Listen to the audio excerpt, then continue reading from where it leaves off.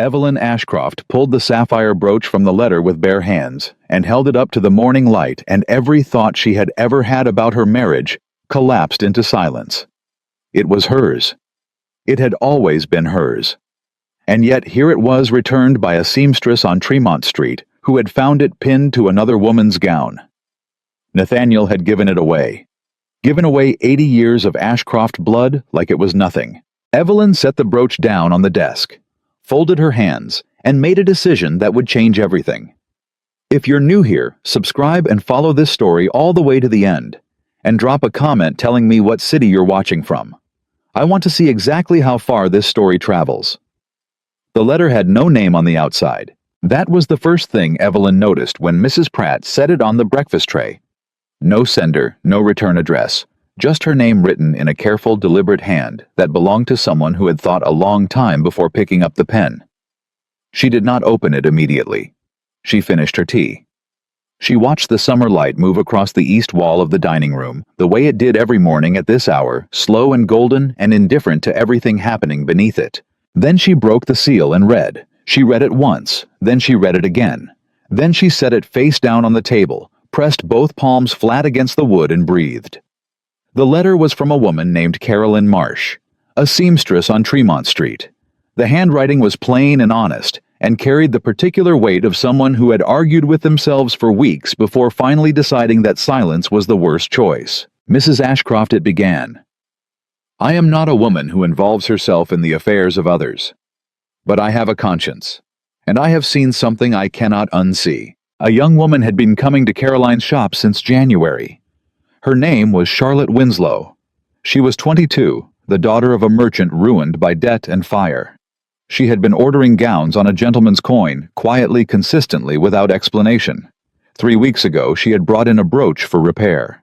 A sapphire brooch, antique, with a ring of small diamonds around the setting. Caroline had recognized it immediately. Every woman of standing in Boston knew the Ashcroft sapphire. It had been in the family for 80 years. Evelyn had worn it to the governor's reception not 2 winters past. I am sorry, the letter ended. I believe a woman deserves to know the truth about her own life.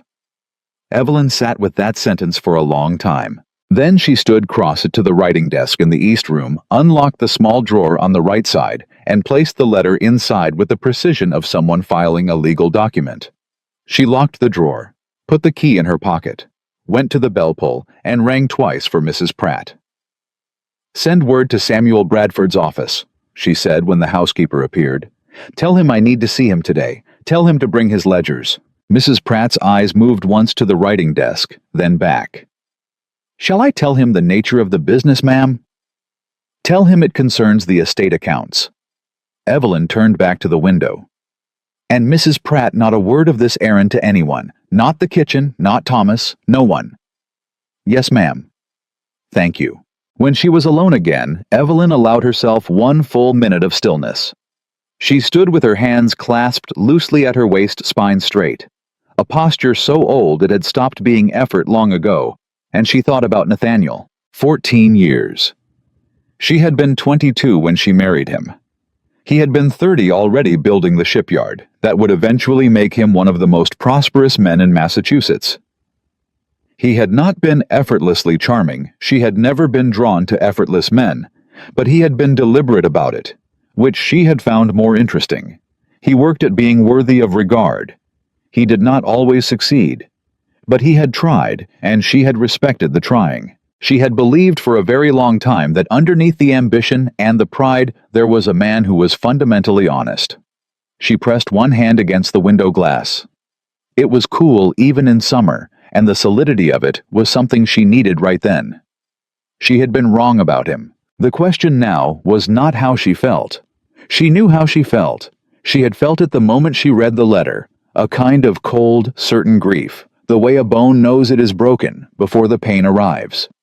The question was what she intended to do. Samuel Bradford arrived at 2:30. He was 60 years old, white-haired, lean in the careful way of a man who had always been lean and wore it like a quiet point of pride. He had handled the Ashcroft family's legal affairs for over 2 decades, had been present at Evelyn's wedding, had drafted the documents of her dowry arrangement, had sat across from her father in this very house more times than she could count. He set his worn leather satchel on the cushion beside him, rested his hands on his knees, and waited. "Thank you for coming quickly," Evelyn said. "Of course." He studied her face with the careful neutrality of a man who had learned not to lead.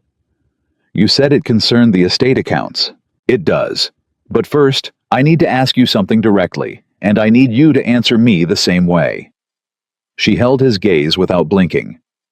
"Have you at any point in the past 2 years been made aware of any transactions involving the Ashcroft land deeds or timber rights that were not brought to my attention?" The silence lasted 3 seconds. That was enough. "You already know something," Evelyn said. "Mrs. Ashcroft, Samuel." Her voice did not rise. It didn't need to. "I am not asking you to protect me from information about my own property. I am asking you plainly. What do you know?" He held her gaze for a moment longer. Then he opened the satchel and began removing papers. "6 months ago," he said slowly, "I received a document for my review. A signature authorization for a secondary mortgage on the Marfield farmland, the northeastern parcel that came to you through your mother's estate."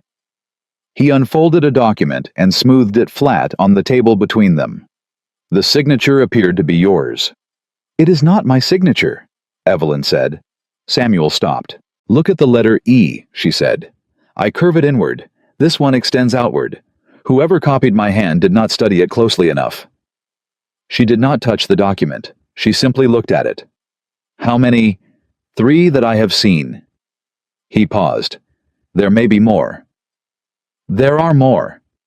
She said it without anger, simply as fact. "I need you to find all of them. Every transaction, every transfer, every mortgage filing for the past 3 years. Everything. Evelyn." He used her given name. He almost never did. "If these signatures have been forged, this is not simply a civil matter. This is criminal. I know what it is. The man who did this, I know who did it." She stood and moved to the window, putting her back to him for a moment. The summer garden outside was in full bloom, deep red roses along the south wall that she had planted herself the year she and Nathaniel moved in. She looked at them and felt something tighten in her chest. "I need to know the full extent of it before I decide anything. I need every number, every date, every name. And I need to know our legal options." She turned. "Can I trust you?" Samuel Bradford looked at this woman, this composed, clear-eyed woman he had known for over a decade, and something settled in his expression that was not quite admiration and not quite sorrow, and was perhaps both at once. "Yes," he said. "Completely." 8 days passed. Evelyn moved through her ordinary life with a composure so complete that no one in the household noticed anything had changed. She received callers. She attended church. She oversaw the household accounts, the real ones, the ones she had always managed herself, which Nathaniel had never troubled to interfere with, perhaps because he had never imagined she would need them to matter. Nathaniel came home for supper 4 evenings out of 8. He was slightly too warm in his manner, the particular brightness of a man carrying something heavy and compensating for it with conversation. He spoke about the shipyard contracts. He asked about the household garden. He did not look at her with the directness he once had, and she noticed, and she said nothing. She watched him the way she read difficult documents carefully, without showing that she was reading. One evening over supper, he reached across the table and touched her hand. "You seem quiet lately," he said. "It's the heat," she said. "It makes me slow." He nodded and returned to his food, satisfied with that, and she looked down at her plate and thought, 14 years, and this is what we've become. She remembered the first winter they were married, a hard winter, the harbor frozen solid. Nathaniel coming home from the shipyard with his coat stiff with cold and his face raw from the wind, and he had come directly to where she was sitting by the fire and taken both her hands in his cold ones and said, "I don't deserve this. A warm room and a woman like you. I don't deserve it yet. But I mean to." She had believed him. She had believed him for a very long time. On the ninth morning, Samuel spread 12 documents across the writing desk and stood back.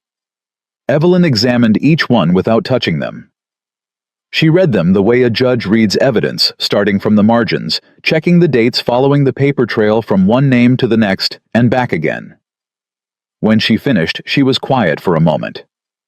"How much?" she said. "Against your inherited holdings."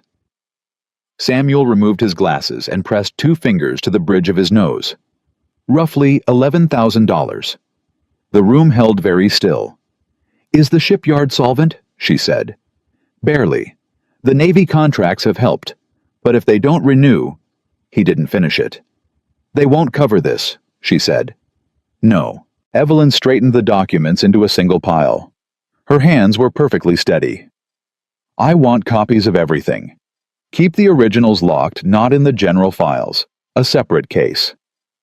She picked up her pen. "And speak to Judge Harriman. Quietly. Not officially. I need to understand what legal remedies exist, and in what order. Evelyn." Samuel hesitated. "The governor's charity ball is in 3 weeks. Nathaniel has already accepted for the family. There will be every important person in Boston in that room."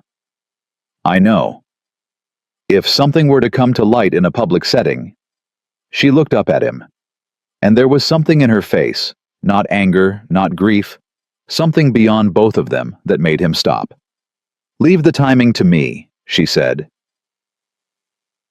She found Charlotte Winslow's address through Caroline Marsh. She did not go there. She did not write to her. She simply needed to know who this girl was, where she came from, what kind of life had brought her to this particular point. Charlotte was 22.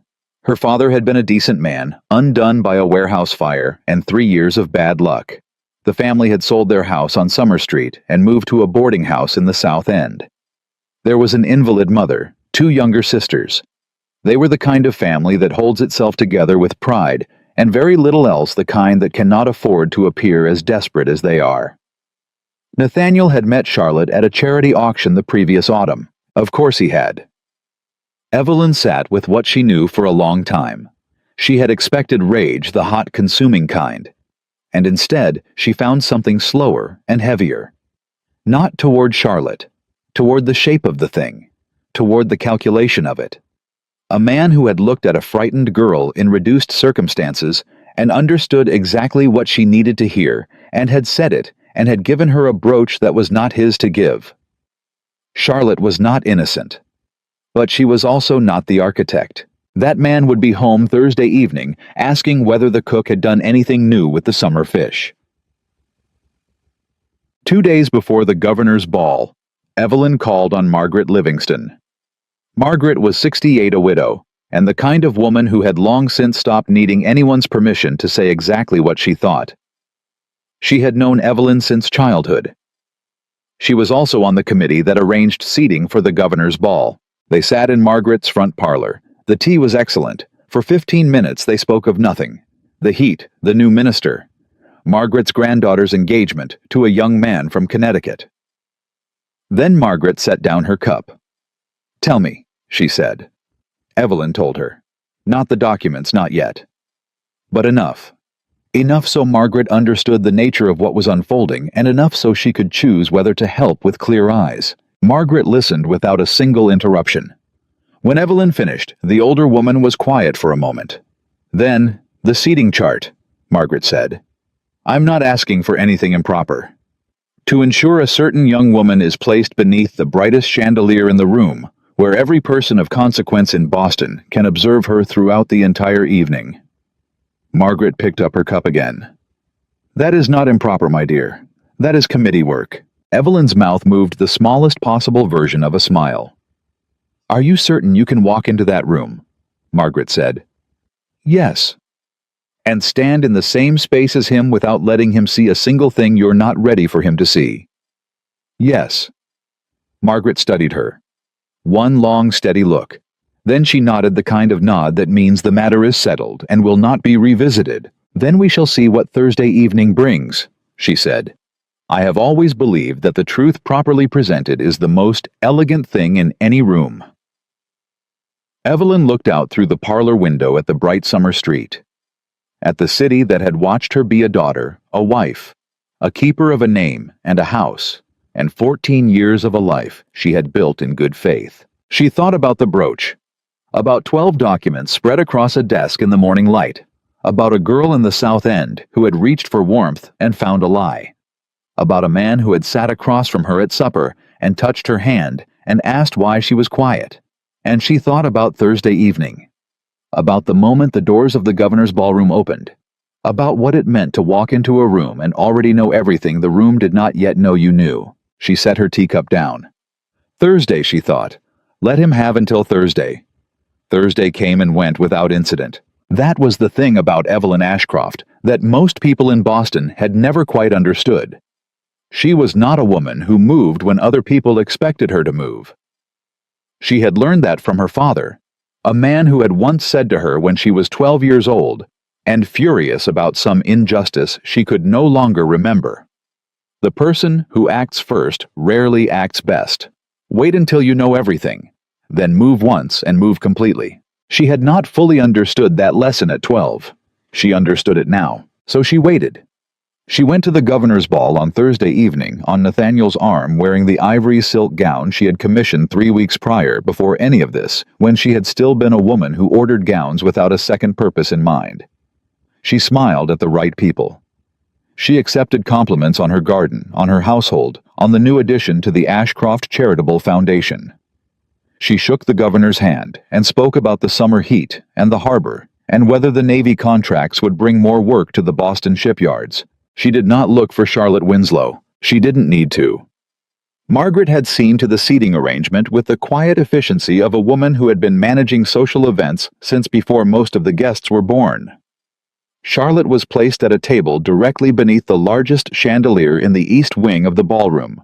Not prominently, not conspicuously, but precisely where the light fell hardest, and the sight lines from every important table in the room converged without anyone quite realizing it. Evelyn knew the moment Charlotte arrived because she heard the murmur move through the room, the way a current moves through water, felt it more than heard it, a small shift in the energy of the crowd, the way conversations paused half a breath too long in the wrong direction. She did not turn around. She was speaking with Judge Harriman's wife about the new schoolhouse being built in Roxbury, and she kept speaking, kept her eyes exactly where they were, kept her expression exactly as it was, and let the murmur pass through the room like weather. Nathaniel was across the ballroom. She knew that too. She had tracked his position all evening with the peripheral awareness of a woman who had spent 14 years learning every tell. Her husband had the way he stood when he was nervous, the way he laughed when he was performing confidence rather than feeling it, the particular angle of his shoulders when someone in the room had his attention in a way he did not want anyone else to notice. His shoulders were at that angle now. She excused herself from Mrs. Harriman with a warm smile and moved toward the refreshment table, taking the long route, the one that curved past the east wing.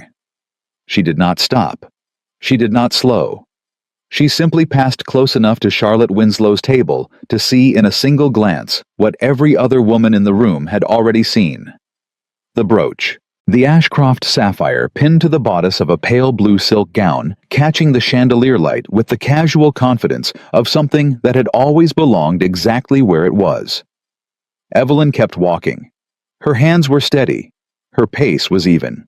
And inside her chest, something that had been very tightly controlled for 9 days made one single movement like a door shifting a fraction on its hinges, and then was still again. She reached the refreshment table, accepted a glass, turned to find Margaret Livingston at her elbow. "Well," Margaret said quietly, looking nowhere in particular. "She's wearing it." "Yes," Evelyn said. "Half the room has noticed." "I know. And the other half will notice within the hour." Margaret lifted her own glass. "How are you?" "I'm perfectly fine." "You are a remarkable liar," Margaret said with something that was not quite approval and not quite admiration, but lived somewhere between them. "What do you need from me tonight?" "Nothing yet." Evelyn looked out across the ballroom. "Tonight, I only needed to see it for myself. And now that you have..." Evelyn was quiet for a moment. Then she said, Now I know exactly what I'm dealing with. She said it the way a woman says something, when she has already decided everything that comes next, and is simply waiting for the world to catch up. The ride home that evening was silent. Nathaniel sat across from her in the carriage, his elbow on the window ledge, his face turned partly away. He had drunk more than usual. Not, obviously, not in a way that anyone at the party would have noticed, but she noticed. She always noticed. He was the kind of man who became more careful when he was anxious, more precise in his movements, as if the act of controlling small things could protect him from the large ones. "Good evening," he said finally, when they were halfway down Beacon Street. "Yes," she said. The Harrimans were in good form. They were. Another silence. The carriage moved through the summer dark lanterns, throwing moving light across the interior, and Nathaniel turned to look at her with the particular expression she had come to recognize over these past weeks, the one that was trying to read her without letting her see. It was trying. "You seem—" He stopped. "What?" she said pleasantly. "Nothing. Tired, perhaps." "A little," she said. "It was a long evening." He nodded, turned back to the window, and Evelyn watched his profile in the passing light and thought about the letter in the locked drawer, about 12 documents in Samuel's office, about the particular quality of a lie that has been maintained so long the liar has almost stopped knowing it's a lie. She thought about the brooch. She said nothing else for the rest of the ride. The next morning, she sent for Samuel. He arrived at 9 earlier than she had asked, which told her he had been waiting for word. He sat in the east sitting room with his satchel and his careful expression, and before he could say anything, Evelyn set a single sheet of paper on the table between them. "I need you to contact the county magistrate's office," she said. "Not officially, not yet, but I need you to establish a relationship with the right clerk, someone who can tell us how quickly a civil filing could move through the system if we needed it to." Samuel looked at the paper. It was a list of names the 3 men who had signed as witnesses on the fraudulent mortgage documents. "You've identified the witnesses. 2 of them work at the shipyard. The 3rd is a clerk at the Salem attorney's office." She sat down across from him. "I want to know which of those men understood what they were signing and which of them were simply told it was routine. If one of them was deceived, then he is a witness, not a co-conspirator," she said. "And a witness who understood he was deceived is an extremely useful thing to have." Samuel looked at her for a moment with the expression he sometimes got, the one that was slightly awed and slightly unsettled at once, as if he kept being surprised by the precision of her thinking, even though he had known her for 14 years and should have stopped being surprised by now. "There's something else," he said. "Tell me." He reached into his satchel and withdrew a single folded document. He set it on the table without opening it. "Last week I received word from an associate in Salem. The attorney Nathaniel used for the secondary mortgages, a man named Crowell, has apparently also been filing on behalf of a third party, a business partner." Evelyn's eyes sharpened. "What kind of partnership?" "Shipping. A private arrangement, 3 vessels registered out of Salem operating under a company name that does not appear in any of the Ashcroft business records." Samuel opened the document and turned it toward her. "The company name is listed as Atlantic Meridian Trading. The primary investor," he paused, "is listed as N. Ashcroft." Evelyn looked at the document, read it once, read it again. "He built a second business," she said, "with money borrowed against your land." The room was very quiet. "Does the shipyard know?" "His foreman and 3 of his senior partners believe the Navy contracts are financing the expansion. They have no knowledge of the secondary mortgages or the Salem operation. And if the Navy contracts don't renew, the shipyard cannot service the debt. The land parcels go to the creditors. Atlantic Meridian, which Nathaniel controls separately, survives with whatever capital he's moved into it." Samuel's voice was flat and precise, the way a doctor's voice is flat and precise when delivering a diagnosis. "He built himself an exit, Evelyn. If everything collapses, he walks away from the Ashcroft name and the Ashcroft debt and starts again in Salem under a different structure. Evelyn set both hands flat on the table. She did not speak for 30 seconds. Then she said, "He was going to let the estate fail." It appears that was the contingency, yes. The land my mother left me. The timber holdings my father built over 40 years. The farmland that has been in this family since before this country had a constitution. Her voice was completely level. It was the most frightening thing Samuel had ever heard. He mortgaged all of it. And if it failed, he had already arranged to be somewhere else. Yes. And Charlotte Winslow was what part of the new life in Salem? Samuel said nothing. He didn't need to. Evelyn stood. She walked to the window. She stood there with her back to him for what felt like a very long time, and Samuel waited because he had learned long ago that this woman's silences were not empty. They were where she did her most important thinking. When she turned around, her face was composed. Completely, almost frighteningly composed. "I need 3 things," she said. "First, I need copies of the Atlantic Meridian documents filed with the county registrar. Every page. Second, I need you to speak to the Navy Contracts Office. Quietly. I want to know the exact renewal date and whether there is any flexibility in the timeline." She picked up her pen. "And third, I need you to find out whether Charlotte Winslow has any legal counsel." Samuel blinked. "Charlotte Winslow. She was deceived," Evelyn said. "She is 22 years old. Her family is in a boarding house in the South End, and she is carrying property that was taken from me under false pretenses. She deserves to know what she has actually been given and by whom." She met his eyes. "She is not my enemy, Samuel. She is evidence." 3 days later, Evelyn did something she had not done in 9 years. She went to see her godmother's oldest friend, a woman named Patience Aldridge, who was 71 years old and had spent the better part of her life as the closest companion of Boston's governing class, without ever holding a single official position. Patience knew everyone. More importantly, Patience remembered everything. Every scandal, every arrangement, every gentleman's agreement made over port and candlelight in the rooms where women were not supposed to be listening. Evelyn had known Patience since she was a child. Patience had attended her wedding.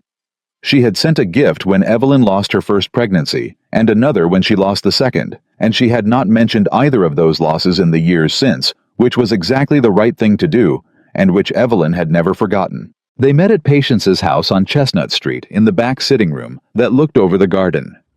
Patience was small and white-haired, and moved with the careful deliberateness of a woman who had long since made peace with her body's pace, and she poured the tea herself, because she had never entirely trusted servants with the ritual of it. "You look well," Patience said, which was how she always began. "Thank you," Evelyn said, which was how she always answered. They went through 10 minutes of everything that was not the reason for the visit. The weather, a mutual friend's recent illness, the new family that had taken the Prescott house on Marlborough Street. Then Patience set down the teapot and said, "What do you need to know?" "I need to know about a man named Crowell," Evelyn said. "An attorney in Salem." Something moved in Patience's eyes. "James Crowell." "You know him." "I know of him." Patience picked up her cup. "He has been involved in 3 separate property disputes over the past decade, all of which were settled quietly, and all of which involved signatures that were later questioned." Questioned by whom? By people who eventually decided that the cost of questioning them publicly was higher than the cost of accepting the settlement. Patience looked at Evelyn over the rim of her cup. "He is the kind of attorney a man goes to when he wants something done that he cannot ask a reputable man to do. And Nathaniel has been using him for 4 years." Patience was quiet. "I suspected something was wrong," she said after a moment. 2 winters ago, I heard a conversation I was not meant to hear about a land transaction in Essex County. I didn't know enough at the time to understand what I was hearing, but I remembered it." She set her cup down. "I should have said something." "You're saying something now," Evelyn said. "What can I do? I need to know who else Crowell has worked for in Boston. Specifically, whether any of the men he has represented have current dealings with the county magistrate's office or the governor's inner circle. Patience nodded slowly. You're making sure there are no protected connections before you file. I'm making sure I understand the entire board before I move a single piece, Evelyn said. Patience studied her for a long moment. Then she said something that was not quite a question and not quite a statement. You're going to do this in a way that cannot be undone. Yes, Evelyn said. Good, said Patience Aldridge. It should have been done a long time ago. Evelyn was home by mid-afternoon. She went directly to the study. Her study, the small one off the library that Nathaniel had never bothered much with because it contained books rather than ledgers, and she sat at the desk and wrote 4 letters. One to Samuel, outlining the next steps. One to Judge Harriman's clerk, formally requesting a private consultation on a matter of estate law. One to the county registrar requesting a certified copy of 3 specific property transfer documents. And one which she wrote last and slowly and revised twice to Charlotte Winslow. The letter to Charlotte was brief. It said only that Evelyn Ashcroft wished to speak with her privately at a time and place of Miss Winslow's choosing, and that the matter concerned something important that Miss Winslow deserved to know. It was signed simply, E. Ashcroft. It gave nothing away. It asked for nothing except a reply. She sealed it and set it aside. Then she leaned back in her chair and looked at the ceiling for a while. The hardest part of all of it. Harder than the documents. Harder than the discovery of Atlantic Meridian. Harder even than the sight of her brooch, pinned to another woman's gown, was this quiet daily performance of normalcy. The suppers. The morning greetings. The small domestic exchanges that had once been the texture of a life, and were now an elaborate fiction she was maintaining at the cost of something she could feel, but could not name. She was tired. Not in a way that sleep would fix. That evening, Nathaniel came home early. He was in good spirits. The Navy had sent word about the contracts, something positive, he said, though he was careful not to be specific, and he sat across from her at supper and talked and laughed and refilled his glass twice and said at one point, I think this could be a very good autumn for the shipyard, a very good autumn altogether. I hope so, Evelyn said. He raised his glass toward her.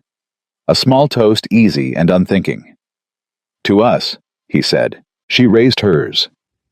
To us, she said. And she drank, and she looked at him, and she thought not yet.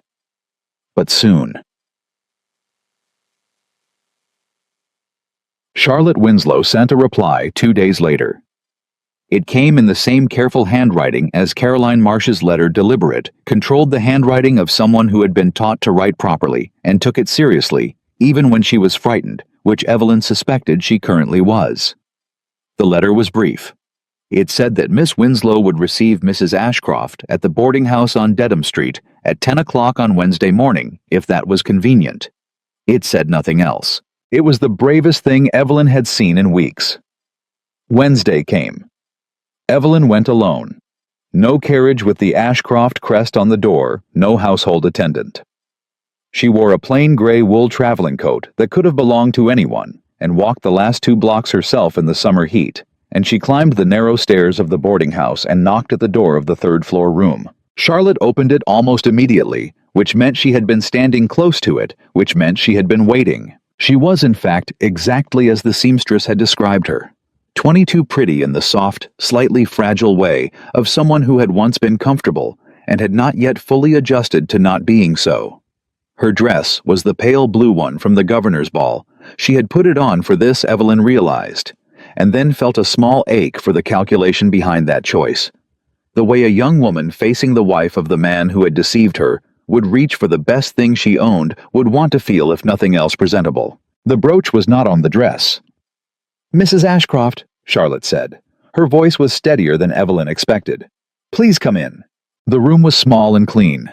There was a chair near the window, and a wooden trunk against one wall, and a writing table with a candle on it, and a small frame drawing, 3 figures, what looked like 2 girls and a woman, that Evelyn guessed was Charlotte's mother and sisters.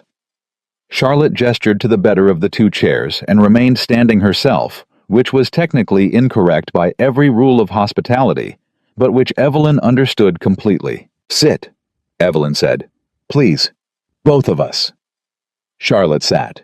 She folded her hands in her lap and looked at Evelyn with the expression of someone who has decided to hold themselves very still in the presence of something they cannot predict. "I'm not here to—" Evelyn paused, choosing the word.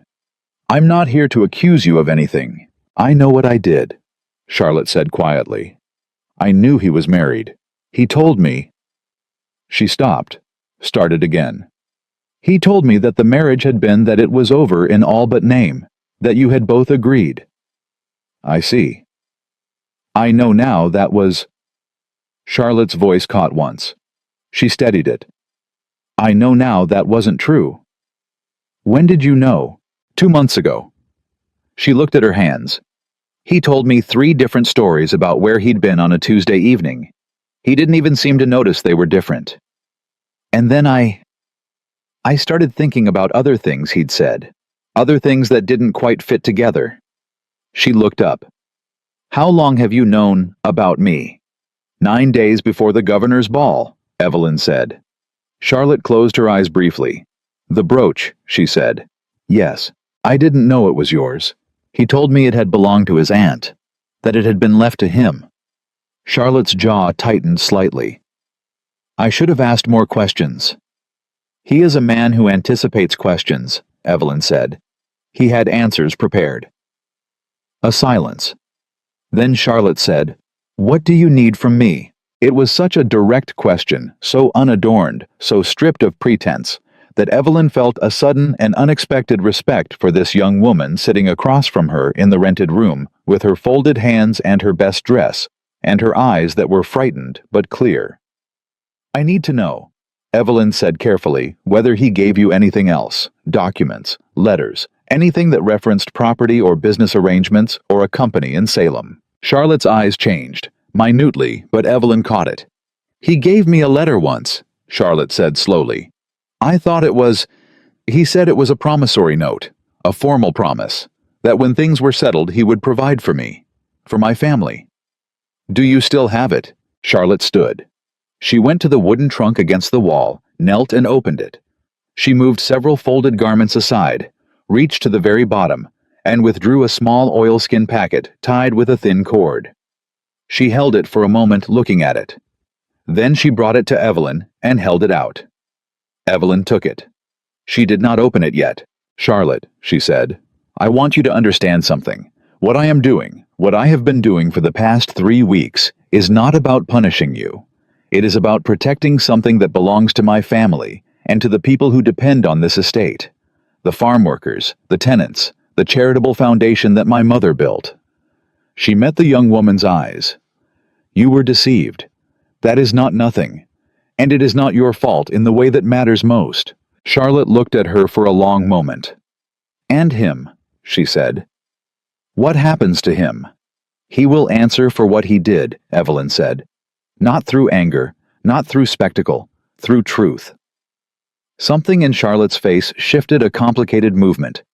Grief and relief, and something that might have been underneath everything else. The particular feeling of a person who has been carrying a secret alone for too long and has finally set it down. "What do I do now?" she said. "For the moment, nothing. Simply go about your days. If he contacts you, you may speak with him as you normally would."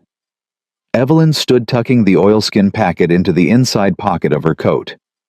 "But if he asks about any documents, any papers he may have given you, tell him you don't know what he's referring to." "And afterward," Evelyn looked at her.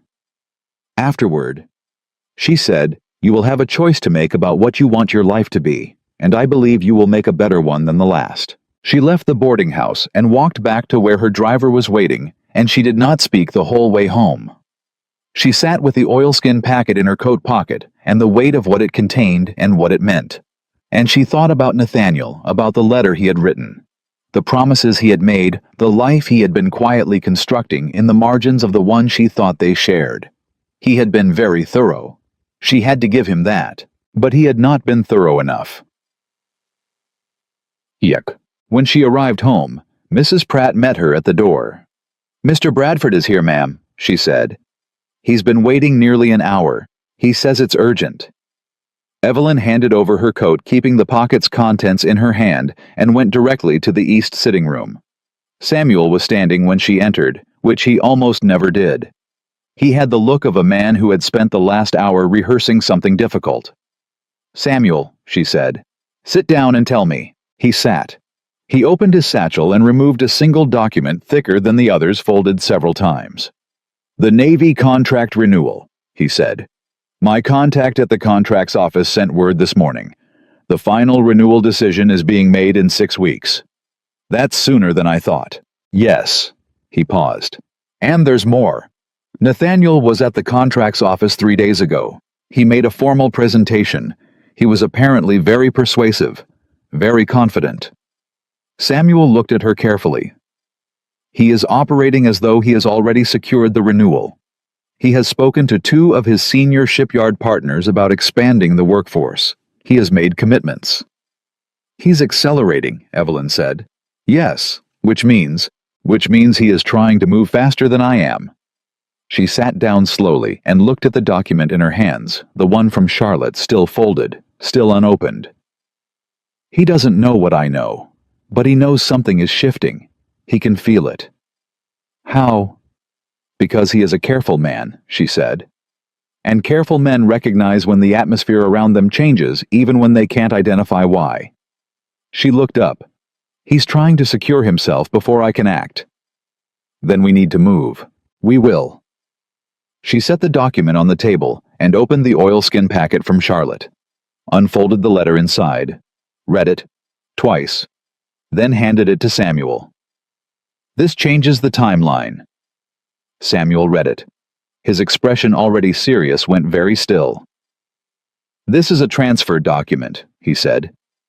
He was transferring an ownership stake in Atlantic Meridian to Charlotte Winslow, Evelyn said, dated 4 months ago, which means he was setting up a structure where if anyone ever examined Atlantic Meridian too closely, there was a named non-Ashcroft party holding a partial interest.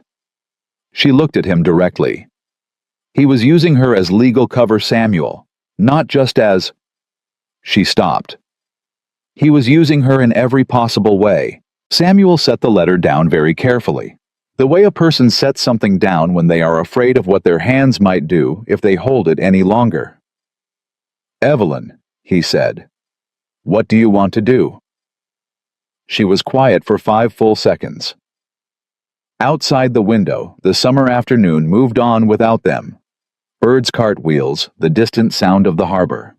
The ordinary music of a city that had no idea what was being decided in this room. "I want to file," she said. "Not today, not this week. I want every document in order first. I want Judge Harriman's clerk to have reviewed everything. I want the magistrate's office to be prepared." She looked at Samuel. "And then I want to do it in a way that is public enough that it cannot be quietly settled or negotiated away. I want it to be visible." "The governor's winter charity ball is still 11 weeks out," Samuel said slowly. "I know. If you were thinking of a public venue..." "I'm not thinking of anything yet," she said. "I'm preparing." She folded the letter back into the oilskin packet and held it. "But when I am ready to think about it, I will tell you." Samuel nodded. Then he said quietly, "She gave you this willingly." "Charlotte." "Yes." "Why?" Evelyn was quiet for a moment. "Because no one had told her the truth about any of it. And when someone finally did..." She looked at the packet in her hands. "She was angrier than I was." Samuel was quiet. "She deserved better than what he gave her," Evelyn said.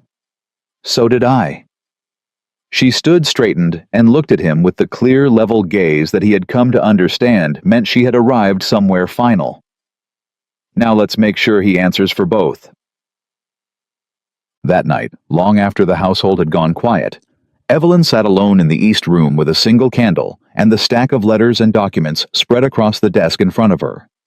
She had done this several times over the past weeks, sat with the evidence, worked through it, made sure she understood every piece of it. But tonight felt different. Tonight, she was not studying it. She was simply sitting with it, letting it be real. Nathaniel's name on a document she had never signed. Nathaniel's company in Salem. Nathaniel's letter to Charlotte full of promises made in the same hand that had once written to Evelyn from the shipyard on winter evenings, letters that began "My dear wife" and ended "Yours always." She had saved those letters. They were in the locked drawer with everything else. She thought about taking them out, decided against it. Some things were already known well enough. She blew out the candle and sat in the summer dark for a while, listening to the house breathe around her, the old wood, the familiar sounds, the particular quality of silence that belongs to a place where a life has been built over many years. She thought about her mother, who had planted the roses along the south wall, and who had told her once when Evelyn was young and heartsick over something she could no longer recall, that the hardest kind of courage was not the kind you show in a single moment, but the kind you show every single day in the small decisions no one ever sees. She thought she understood that now better than she ever had before. She stood, straightened the papers, locked the desk, and went to bed and lay in the dark and listened to the night and thought 11 weeks. 11 weeks until the governor's winter charity ball. 11 weeks to build something so solid, so complete, so precisely documented that when the moment came, and the moment would come, she was certain of that.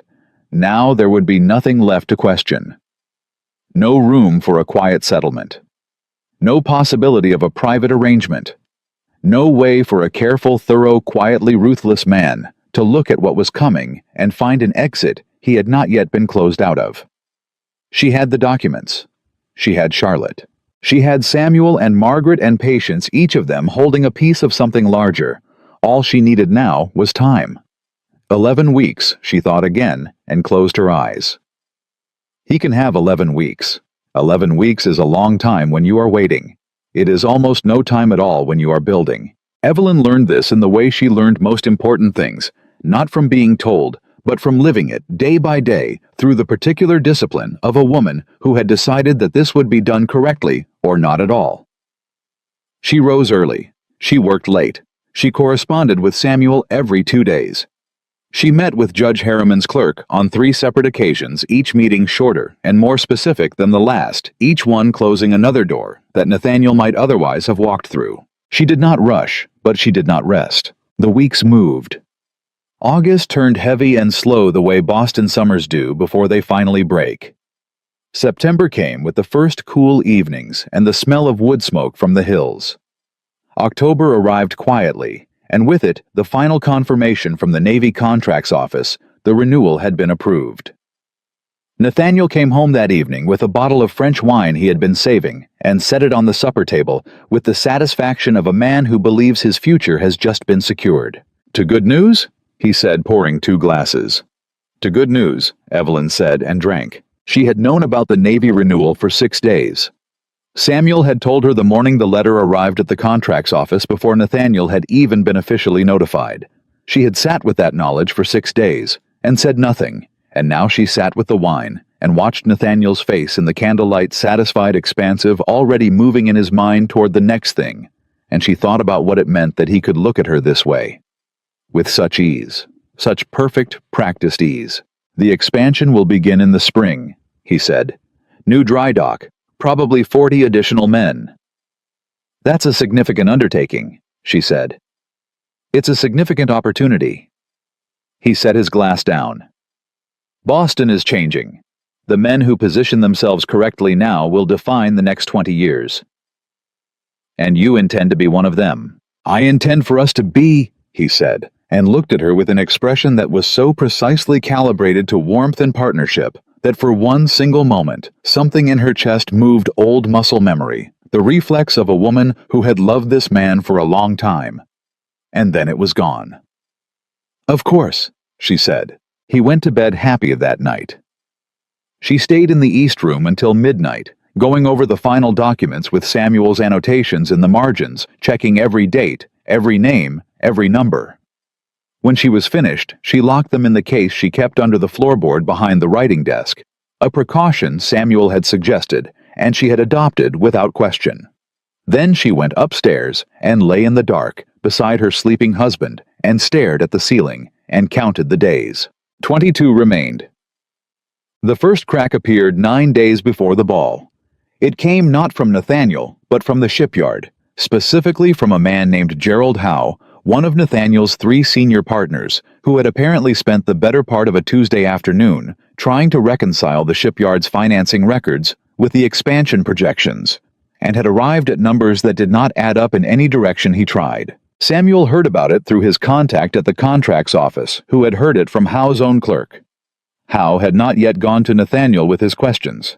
He had gone instead to a junior attorney he trusted, which was the kind of decision a man makes when he suspects the person he would normally go to might be part of the problem. Howe is already suspicious. Samuel told her, sitting in the east sitting room on a Wednesday morning with his coat still damp from the October rain outside. He hasn't filed anything. He hasn't spoken to anyone official. But he is asking questions. What kind of questions? The right ones. Samuel set a single page of notes on the table. He found a discrepancy between the expansion capital Nathaniel presented to the partners and the actual balance in the shipyard accounts. The difference is significant. Evelyn looked at the number on the page. He's been drawing from Atlantic Meridian to fund the expansion presentation, she said, making it look like the shipyard is more solvent than it is. And if Howe keeps pulling that thread, he'll find everything. She looked up. Has Nathaniel noticed that Howe is asking questions? Not yet, but he will. These things have a way of... Then we have a shorter window than I thought. She stood, went to the window. Outside the rain was steady and gray. Samuel, I need you to do something that is going to feel wrong but is necessary. Tell me. I need you to contact Gerald Howe, not officially. Not as Ashcroft family attorney. He would close up immediately if he knew whose side you were on.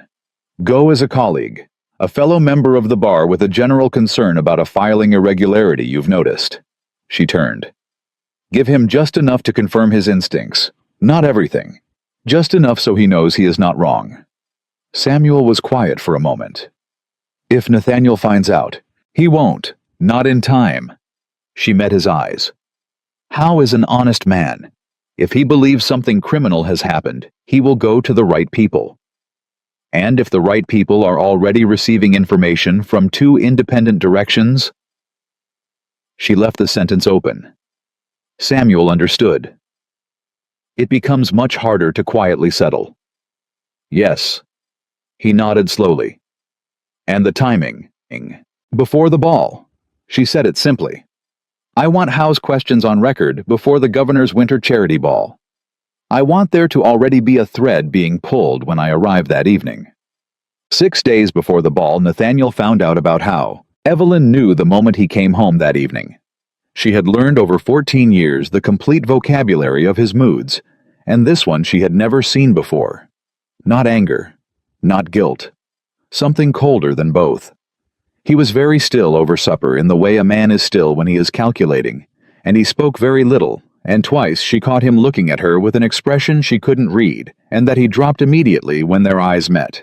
After supper, he went to his study and closed the door. She went to the east room and sat at her desk and listened to the house. An hour later she heard him on the stairs. His footsteps stopped outside the east room door. She did not move, did not make a sound. She simply sat with her hands folded on the desk and waited. The door opened. Evelyn, he said. Yes. He came in. He did not sit. He stood in the middle of the room with his hands in his coat pockets and looked at her with an expression that had been assembled with great care and was not quite managing to conceal what was underneath it. Has Samuel Bradford spoken with anyone at the shipyard recently? He said. The question was so direct it was almost startling. She had expected something more oblique. He was generally an oblique man. The directness meant he was frightened. She filed that away. Samuel handles estate matters, she said mildly. Not shipyard business. Why would he speak with anyone there? Gerald Howe met with an attorney this week. A man named... He paused. It doesn't matter. The man raised questions about our financing structure. What sort of questions? The sort that are not helpful. His jaw tightened. I want to know if this came from anywhere close to home. She looked at him steadily. Are you asking me if I've been speaking to Gerald Howe's attorney? I'm asking if you know anything about it. Nathaniel. She kept her voice perfectly even. "I manage this household. I chair the Charitable Foundation Committee. I correspond with Samuel about the estate holdings that came from my family." She let a small pause settle. "If there are questions being asked about the shipyard's financing structure, it seems to me that the shipyard's management is the place to look for answers." He held her gaze for 5 full seconds. She did not blink. "Of course," he said finally. The word came out flat. "You're right." He went to bed before 9 o'clock. She stayed in the East Room until nearly 1 in the morning, writing a letter to Samuel that said simply, "He knows How is asking questions. He doesn't know the source. He is frightened. We move on schedule." 4 days before the ball, Charlotte Winslow came to the Ashcroft house. She came to the back entrance as Evelyn had suggested in a brief note 3 days prior, at the hour when the kitchen staff took their midday break, and Mrs. Pratt was occupied with the linen inventory. Evelyn met her herself in the back sitting room and closed the door. Charlotte looked different from the last time.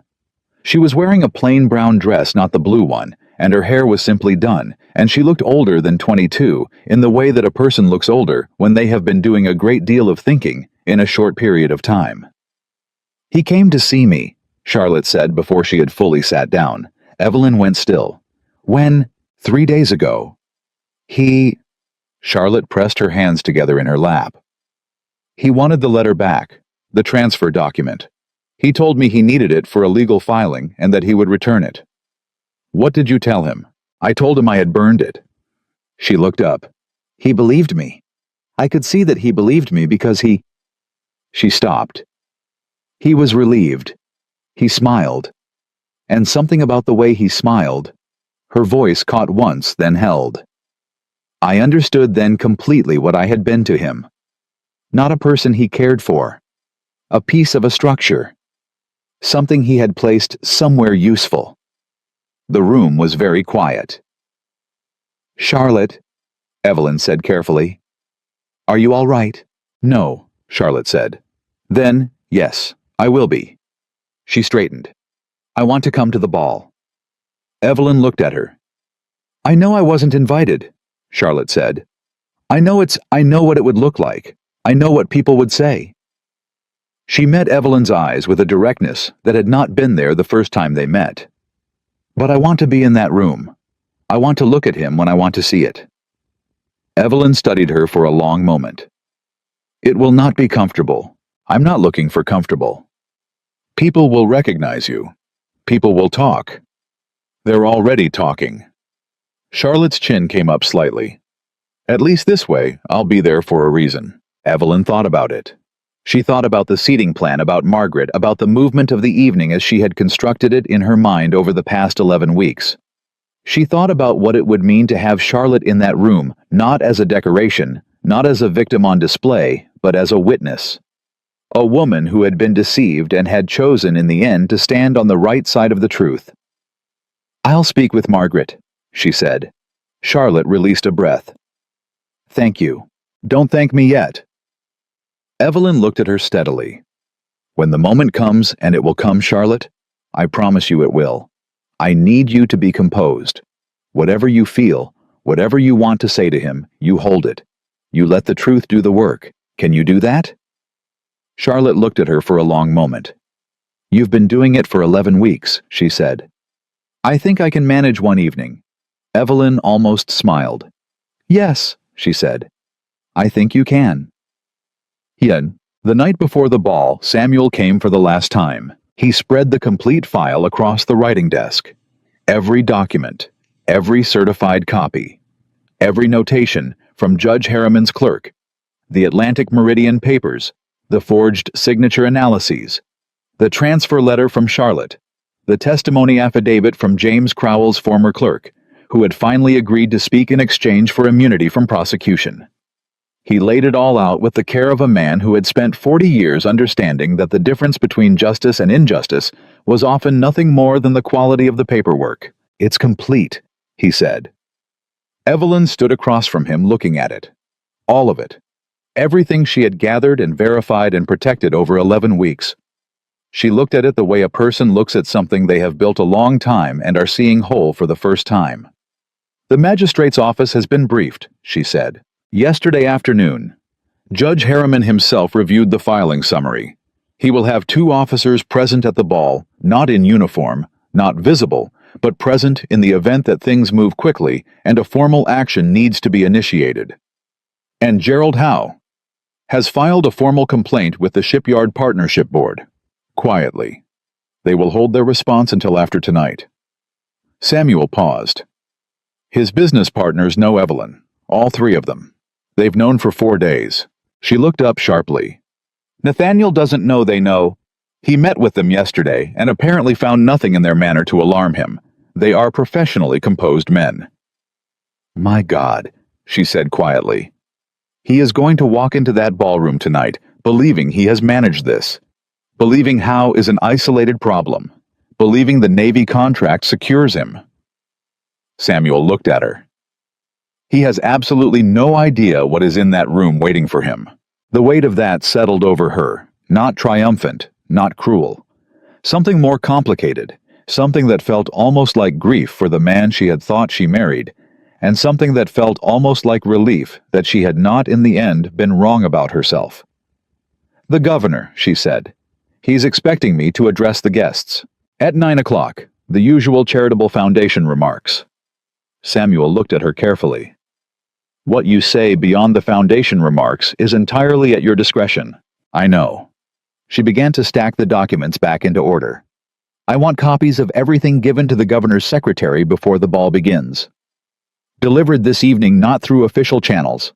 A personal delivery from you with a note explaining that the contents are relevant to a legal matter currently before the county magistrate. Consider it done." He watched her hands moving through the papers, steady, certain, methodical. "How do you feel?" She stopped. Considered the question honestly, the way she rarely allowed herself to.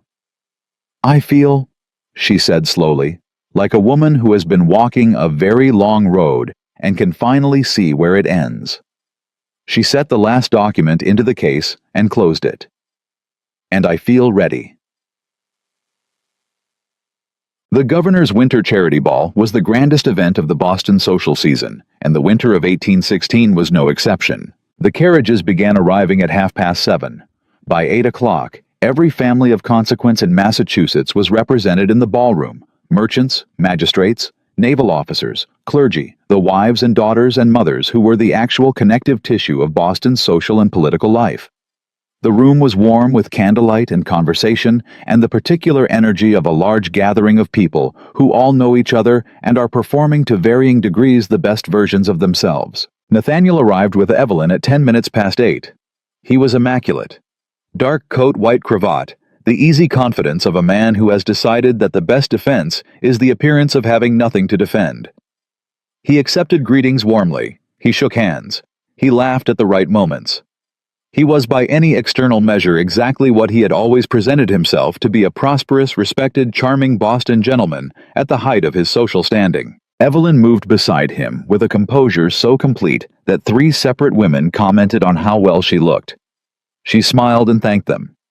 She introduced Nathaniel to a naval officer he had not yet met. She accepted a glass of wine and stood at his side for 20 minutes perfectly at ease, while he worked the room with the skill of a man who had practiced this his entire adult life. And then very naturally, she drifted away from him. She found Margaret first near the east archway. Margaret was wearing dark green silk and the expression of a woman who had been quietly preparing for this evening for 11 weeks and was experiencing something very close to satisfaction. "Everything is in place," Margaret said low enough for only Evelyn. "Charlotte is at the corner table on the left. Your seat is at the governor's table center. Samuel is near the south entrance." She paused. "Harriman's men are in the hall." "Thank you," Evelyn said. "Don't thank me. Win." Margaret touched her arm once, a brief firm pressure, and moved away into the crowd. Evelyn stood for a moment and let herself feel the room. Let it settle around her, the warmth, the noise, the movement of 200 people who had no idea what this evening was going to become. Then she saw Nathaniel find Charlotte. It happened across the room, and she saw the exact moment he registered Charlotte's presence, The half-second stillness in his body, the quick calculation in his eyes, the controlled recovery into something neutral. He looked away from Charlotte, and his gaze moved through the crowd, and found Evelyn without him, seeming to search for her. Their eyes met. She smiled at him, warmly, pleasantly. The smile of a wife who is comfortable at a party. He smiled back. And she watched the slight relaxation in his shoulders. He had looked for threat and seen none. And she thought not yet. 1 more hour. She went to find the governor. Governor Brooks was a heavy-set, good-humored man who had always liked Evelyn, and who had, she knew, already spoken with his secretary about the documents Samuel had delivered the previous evening. He received her with the particular warmth of a man who is holding something significant and is being careful not to show it. "Mrs. Ashcroft," he said, "you look very well this evening." "Thank you, Governor. I wonder if I might speak with you for a moment privately before I address the guests." He looked at her. Something in his expression confirmed what she already suspected. He had read Samuel's delivery. He understood at least in outline what the evening held. "Of course," he said. "Come." They stepped aside into the small anteroom off the main hall, and the door closed behind them. "The documents my attorney delivered," she said. "I've reviewed them," the governor said. His voice was careful. "Mrs. Ashcroft, the allegations contained in those documents, if substantiated, represent serious criminal misconduct. They are substantiated," she said. "Every page is certified. Every signature analysis has been reviewed by an independent expert. The county magistrate has the full filing." She held his gaze. "I am not asking you to do anything tonight, Governor, except allow me to speak honestly when I address the guests. I am not asking for drama. I am not asking for confrontation. I am asking for the opportunity to tell the truth about my own family's estate in a public room in front of witnesses, so that it cannot later be characterized as a private dispute or a domestic matter." The governor studied her for a long moment. "You understand that once you speak, there is no drawing back." "I have been sure of this for 11 weeks, she said. "I am not less sure tonight." He was quiet. Then he nodded a single deliberate nod, the kind that carries the weight of a man exercising the full authority of his office in a single small gesture. "You will speak at 9 o'clock, he said, "as planned." "Thank you, Governor." She walked back into the ballroom, and the noise and warmth of it received her, and she moved through it toward her seat at the governor's table, with a steadiness in her step that came from somewhere below, composure from something that was simply at its root, the absence of doubt. She had 1 hour. She used it well. She spoke to Gerald Howe's wife, a quiet woman named Agnes, who looked at Evelyn with eyes that held a complicated kind of sympathy. Agnes knew something, or suspected something, which meant Howe had spoken at home, which meant the information had been spreading in the careful, controlled way that true things spread. She spoke to Judge Harriman, who was eating his supper with the focused calm of a man who has made a decision and is at peace with it. She spoke to Patience Aldridge, who touched her hand once and said nothing because nothing needed to be said. She did not speak to Nathaniel. He found her at 8:30 at the edge of the dance floor and stood beside her with his wine and his easy manner and said, "You seem distant tonight." "Do I?" she said. "Everything all right?" "Everything is fine," she said. "I always find these evenings a little consuming." He nodded, looked out at the room. "How is here?" he said almost casually. "I noticed. We spoke briefly. He seemed himself." A pause. "I think I may have overcomplicated things in my mind this week. Worried where there was no need to worry." She looked at him. "You should trust your instincts," she said quietly. "You've always been good at reading a room." Something in her tone, she had not meant to let it through, that particular shade of meaning, made him look at her more carefully. His eyes sharpened slightly. "Evelyn, the governor is signaling," she said. "I believe it's nearly time for my remarks." She set her glass down on a passing tray and walked toward the platform at the north end of the room, and she did not look back. She heard the room beginning to quiet as the governor moved to the platform ahead of her, heard the shift in the crowd, the way conversation dropped and attention gathered. 200 people turning toward the front of the room. 200 people who were about to hear something they would remember for the rest of their lives. The governor made his introduction. She was a pillar of Boston society, a dedicated servant of the charitable foundation her mother had built, a woman whose family had shaped this city for 2 generations. He was pleased to invite her to address the assembled guests. She walked to the platform. She stood at the lectern and looked out at the room. 200 faces, candlelight, an evening dress, and the particular attentiveness of a crowd that expects a short charitable speech and is settling in for exactly that. She found Margaret near the left wall, her expression composed and watchful. She found Charlotte at the corner table upright in her chair, hands folded, eyes on Evelyn's face. She found Samuel near the south entrance, his leather satchel on the floor beside him. And she found Nathaniel. He was standing near the center of the room, glass in hand, and he was watching her with the careful attention of a man who has just begun. Only in the last 30 seconds to understand that something is happening that he did not anticipate. Something in Evelyn's posture, something in the quality of her stillness, something that his instincts were registering before his mind had caught up. She held his gaze for exactly 1 second. Then she turned to address the room. "Ladies and gentlemen," she said. Her voice was clear and unhurried, and carried to every corner of the ballroom without effort the voice of a woman who had been raised to speak in rooms like this and had never once needed to perform confidence because she had simply always had it. "I want to begin by thanking the governor for his generosity in hosting this evening, and for the extraordinary work this charitable foundation has done in educating children throughout Massachusetts." She paused.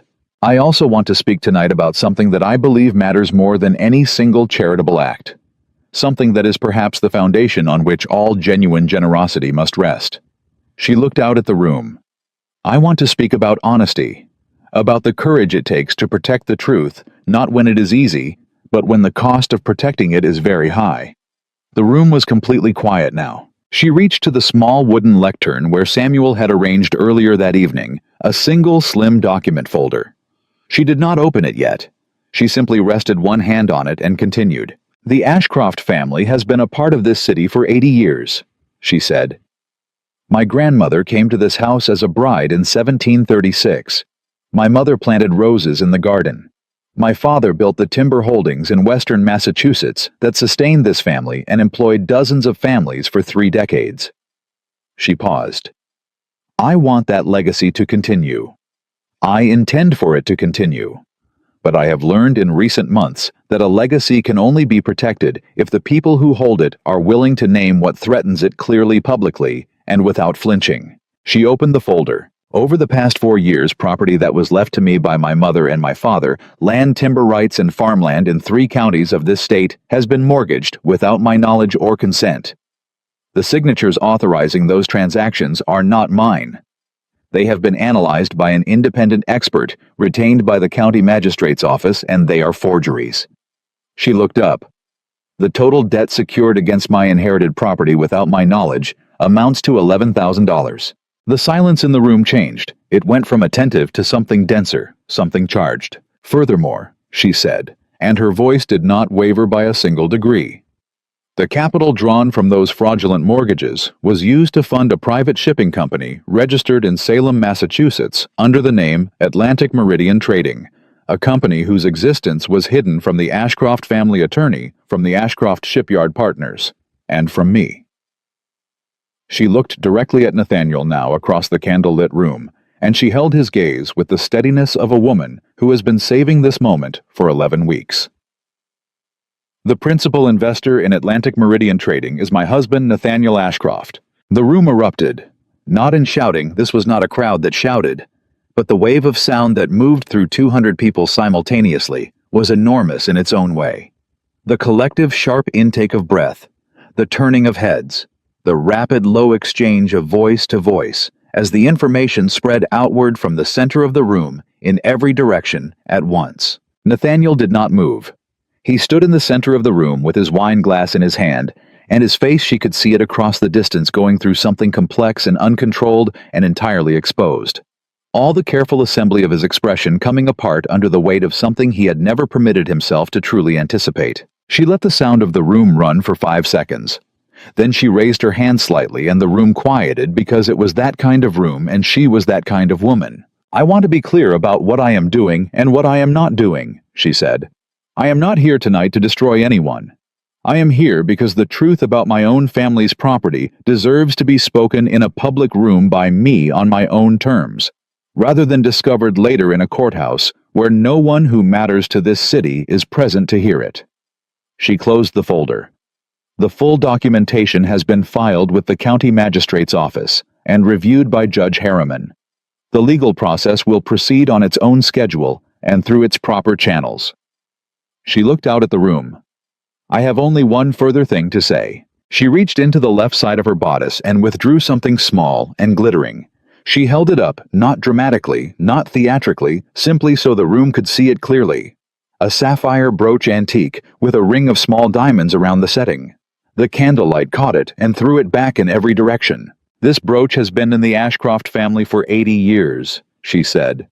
"My grandmother wore it. My mother wore it. I have worn it." She set it down on the edge of the lectern, flat and visible. "It was removed from this estate, without my knowledge, and given to another person. That person, when she learned the truth of what she had been given, and by whom, returned it." She looked at Charlotte Winslow across the room. Charlotte, who was sitting perfectly still at her table beneath the chandelier, with her hands folded, and her eyes bright, and her chin up. "I am grateful for her courage." Charlotte's eyes filled. She did not look away. The room was so quiet that Evelyn could hear the candles. Honesty. Evelyn said, "Costs something. Tonight it cost me a great deal.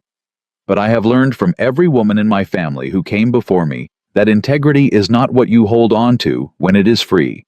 It is what you hold on to when it costs you everything." She stepped back from the lectern. "Thank you for listening." She walked off the platform.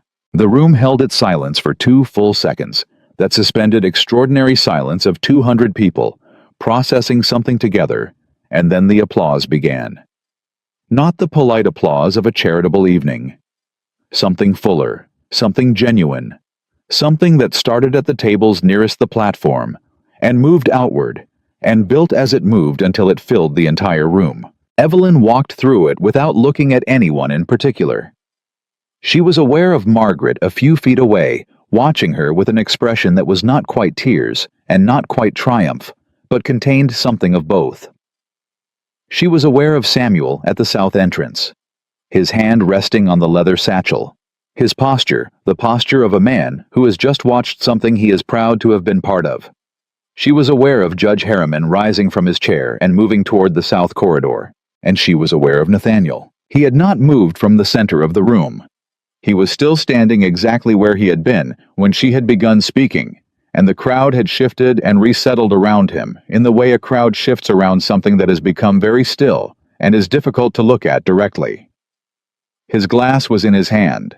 His face was, she could only see part of it at this angle, white, completely white. The particular color of a man who has just watched the entire architecture of his carefully constructed life collapse in the space of 6 minutes. She did not go to him. She went to Charlotte Winslow.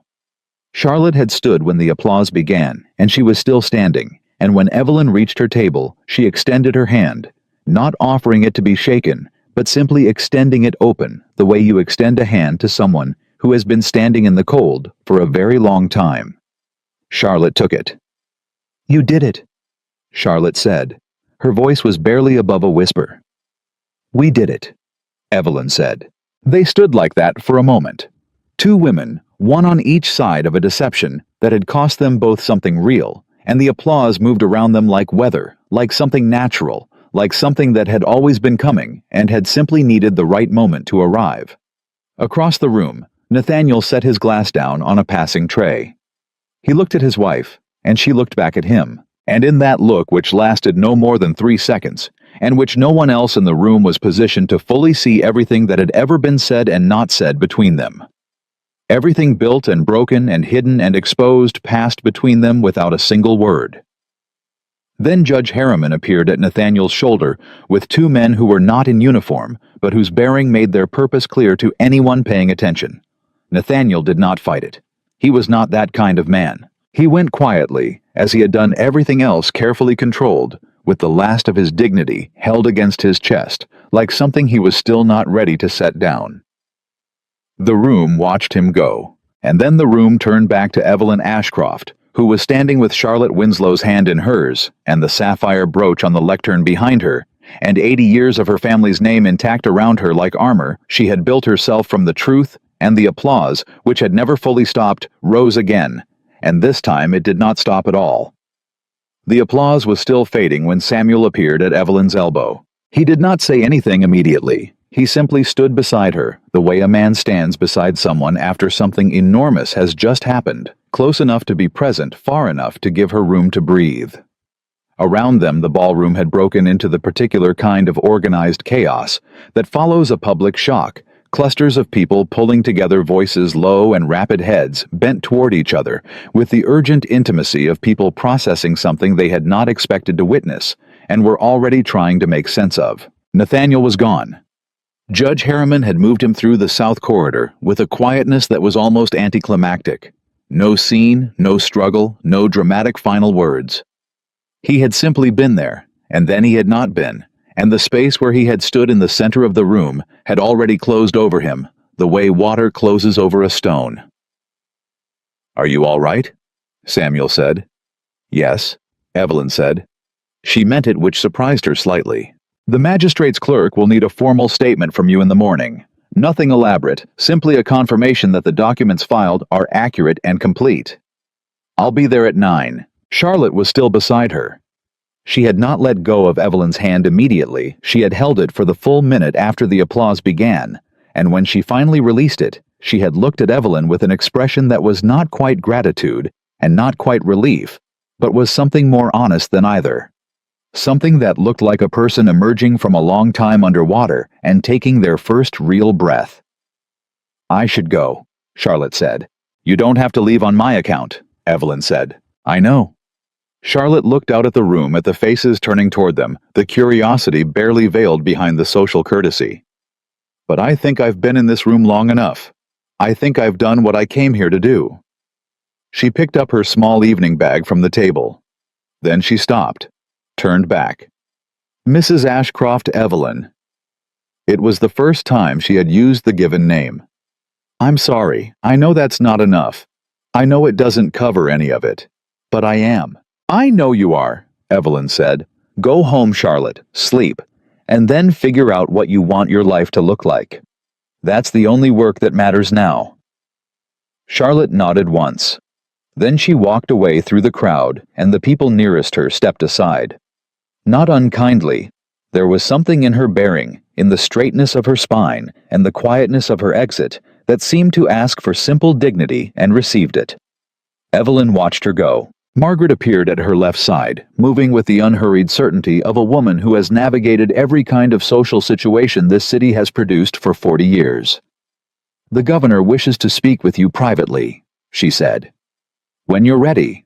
No rush, he understands the evening has been considerable." "Give me 10 minutes, Evelyn said. Margaret nodded and withdrew. Samuel touched her arm briefly and followed. And Evelyn stood alone for the first time all evening, genuinely alone, a small island of stillness in the middle of the shifting, murmuring crowd, and let herself feel the full weight of what had just happened, not triumph. She had been careful all these weeks not to let herself mistake justice for triumph, because she understood those were different things, and that confusing them would cost her something she was not willing to lose. But something had settled in her that had not been settled before. Some long-held tension in the structure of her, in the bones of her, almost had released the way a door releases when the right key finally turns. It was over. No. She corrected herself immediately. It was not over. The legal proceedings would take months. The estate recovery would take longer. There would be difficult days ahead, days in the magistrate's office and the courthouse and the long administrative corridors of property law that would require her attention and her endurance in equal measure. But the hiding was over. The performance was over. The daily discipline of knowing everything and showing nothing, that particular exhausting invisible labor, was finished. She picked up the sapphire brooch from the edge of the lectern where she had left it, pinned it to her bodice, and went to find the governor. The private meeting with Governor Brooks lasted 40 minutes. He was a man who got to the point which she appreciated. He told her that Judge Harriman had formally initiated proceedings against Nathaniel Ashcroft on 3 counts of document fraud and 1 count of property theft by deception. He told her that the magistrate's office had already issued a hold on the Atlantic Meridian assets pending investigation.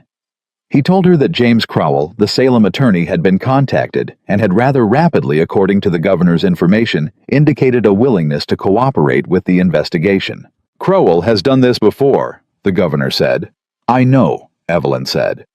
"Patience Aldridge brought it to my attention. There may be other families in similar circumstances." The governor looked at her carefully. "You've been very thorough." "I have had 11 weeks, she said. "Yes." He leaned back. "Mrs. Ashcroft, I want to be direct with you about something.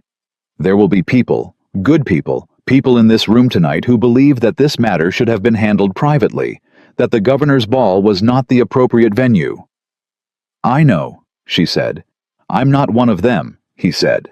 "But you should be prepared for that conversation because it will come. It will come from people who have never been in the position of having their property fraudulently taken from them by someone they trusted," she said quietly. "I understand their position. I don't share it." "No," he said. "I didn't think you would." He stood, which meant the meeting was closing. "The law will run its course. You've ensured that it will run it honestly, which is more than most people in your position would have managed." He extended his hand. "Your mother would be proud of you." She shook it. "She would have done the same," she said. "She simply would have done it faster." The governor laughed. Genuine surprised laughter, the best kind. And she left the anteroom and returned to the ballroom where the evening was winding toward its close and the crowd was thinning and the candles were burning lower. Jet. She was nearly at the main entrance when Gerald Howe found her. He was a large man, broad-shouldered, with a blunt, honest face that had never learned to be politic and had apparently stopped trying some years ago. He had been at the shipyard for 12 years. He had been Nathaniel's most trusted senior partner. He stopped in front of her, and for a moment simply looked at her with an expression that carried several things at once: remorse, relief, and the particular shame of a man who has realized too late that he saw something coming and did not say so clearly enough. "Mrs. Ashcroft," he said. "Mr. Howe, I want you to know—" He stopped, started again. "I want you to know that when I first noticed the discrepancies in the accounts, I went to Nathaniel directly. Before I went anywhere else. He told me it was an accounting error, a clerical matter. He was—" Howe's jaw tightened. "He was very convincing. He generally is," she said. "I should have pushed harder." "Yes," she said. Not unkindly, but not softening it either. "You should have." Howe absorbed that. "The other partners and I have spoken. We intend to do right by the shipyard workers, the men who had no knowledge of any of this. The wages, the contracts in progress. We'll honor all of it." "I'm glad," she said.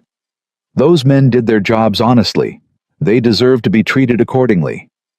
"And the shipyard itself?" He hesitated.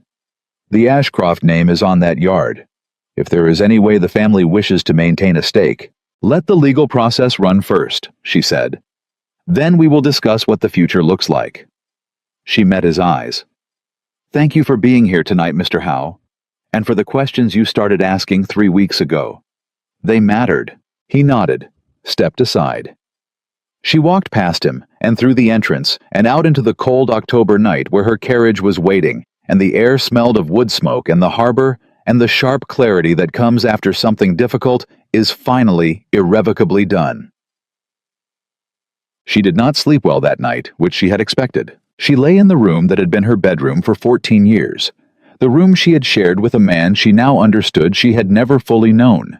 And she listened to the house and thought about practical things deliberately, because the practical things were manageable, and the other things, the older things, the things that lived in the part of her that had loved Nathaniel before she knew what he was, those were not ready to be thought about yet. She thought about the estate recovery timeline, about the Marfield farmland, the timber holdings, the harbor parcel, what it would take to discharge the fraudulent mortgages, how long the legal process would run before the properties were formally restored. She thought about the charitable foundation and the work that needed to happen before winter.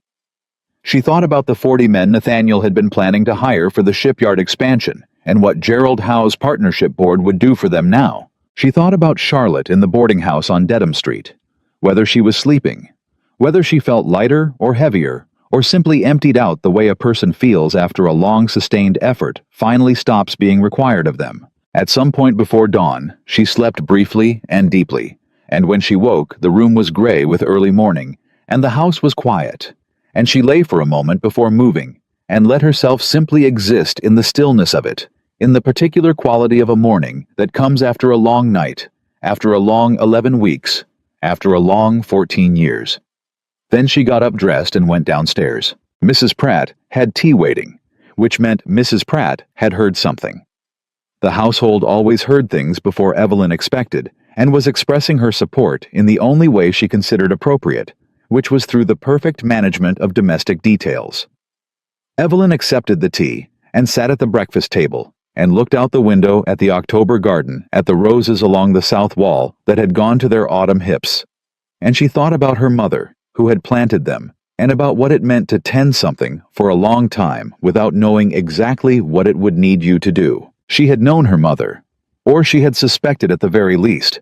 She had told Evelyn once when Evelyn was perhaps 30, and Nathaniel was becoming the kind of man whose ambition had started to outrun his ethics. In small ways that were easy to explain away, she had told her watch carefully, "My love, not what a man says he is, what he does when no one is watching. That is always the true thing." Evelyn had been watching. She had simply not wanted for a very long time to see. She drank her tea. Then she put on her coat and went to the magistrate's office. The formal statement took 2 hours. The clerk was a precise young man named Whitfield, who wrote everything down with the focused care of someone who understood that the document being created would matter for a long time. Samuel was present throughout, seated to her left, occasionally clarifying a date or a document reference number. Judge Harriman stopped in once briefly to confirm that the Atlantic Meridian hold had been formally extended to include 3 additional bank accounts identified overnight by the investigating officers. 3 additional accounts, Evelyn said. In 2 different banks, Harriman said. 1 in Boston, 2 in Salem. He looked at her with the expression of a man delivering information he knows will sting. The total held across all accounts, including the Atlantic Meridian assets, is considerably more than we initially estimated. How much more? Samuel asked. Approximately $4,000 additional dollars, Harriman said, which suggests the Salem operation was more profitable more quickly than the documentation indicated. Evelyn was quiet for a moment.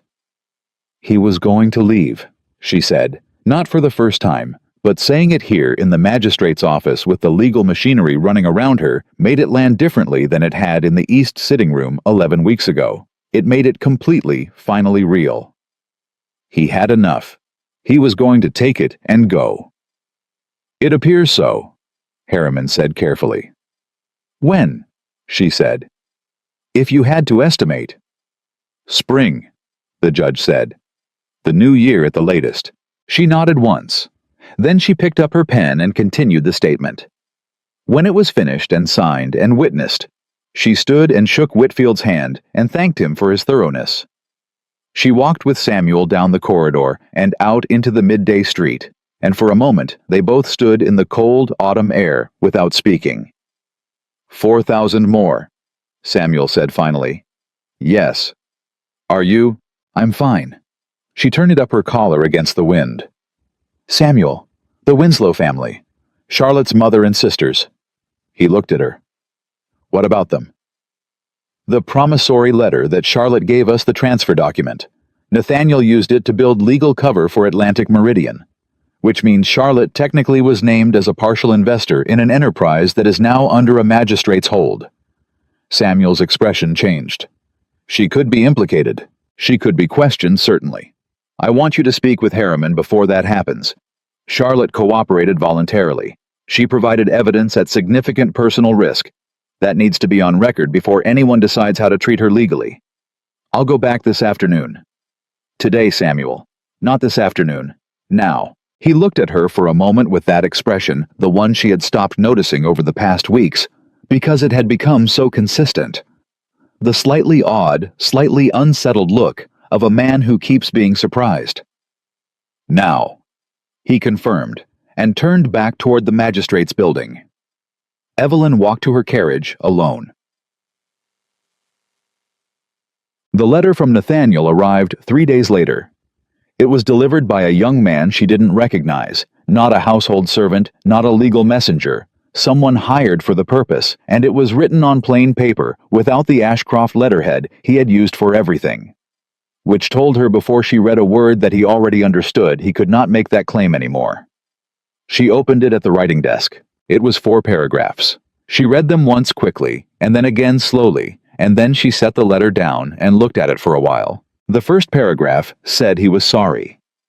The second paragraph explained that he had genuinely believed that the Atlantic Meridian operation would succeed well enough to repay everything before anyone noticed that it had never been his intention to permanently dispossess her of her inherited property, that it had been a temporary measure that had grown beyond what he intended.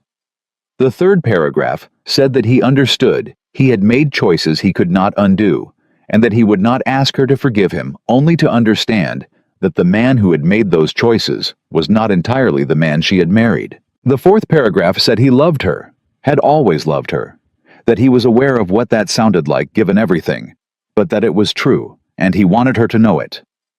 She sat with the letter for a long time. She thought about the first winter of their marriage, about his cold hands and the fire, and I don't deserve this yet, but I mean to. She thought about the roses he had helped her plant the summer they moved in, carrying soil in his good coat, because they had not yet thought to keep work clothes at the new house.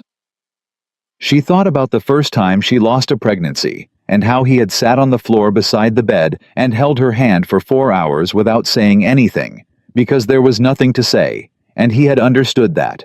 She thought about all of it. She let herself feel all of it. She did not push it away or reframe it or use it to construct any kind of argument. Then she folded the letter in thirds and locked it in the drawer with the others. She did not write back, not because she was cruel, not because she did not believe some portion of what he had written, but because some things once broken do not require a response. They simply require you to know what they were and to move on. 2 weeks after the ball, Charlotte Winslow came to the Ashcroft house for the second time. This time, she came to the front entrance. She was wearing a different dress, not the blue one, not the brown one, something simpler and better fitted and clearly her own, and she carried herself with a straightness that had not been there the first time Evelyn had met her. Evelyn received her in the front parlor. Mrs. Pratt brought tea without being asked. "I want you to know that I've spoken with my father," Charlotte said when they were settled.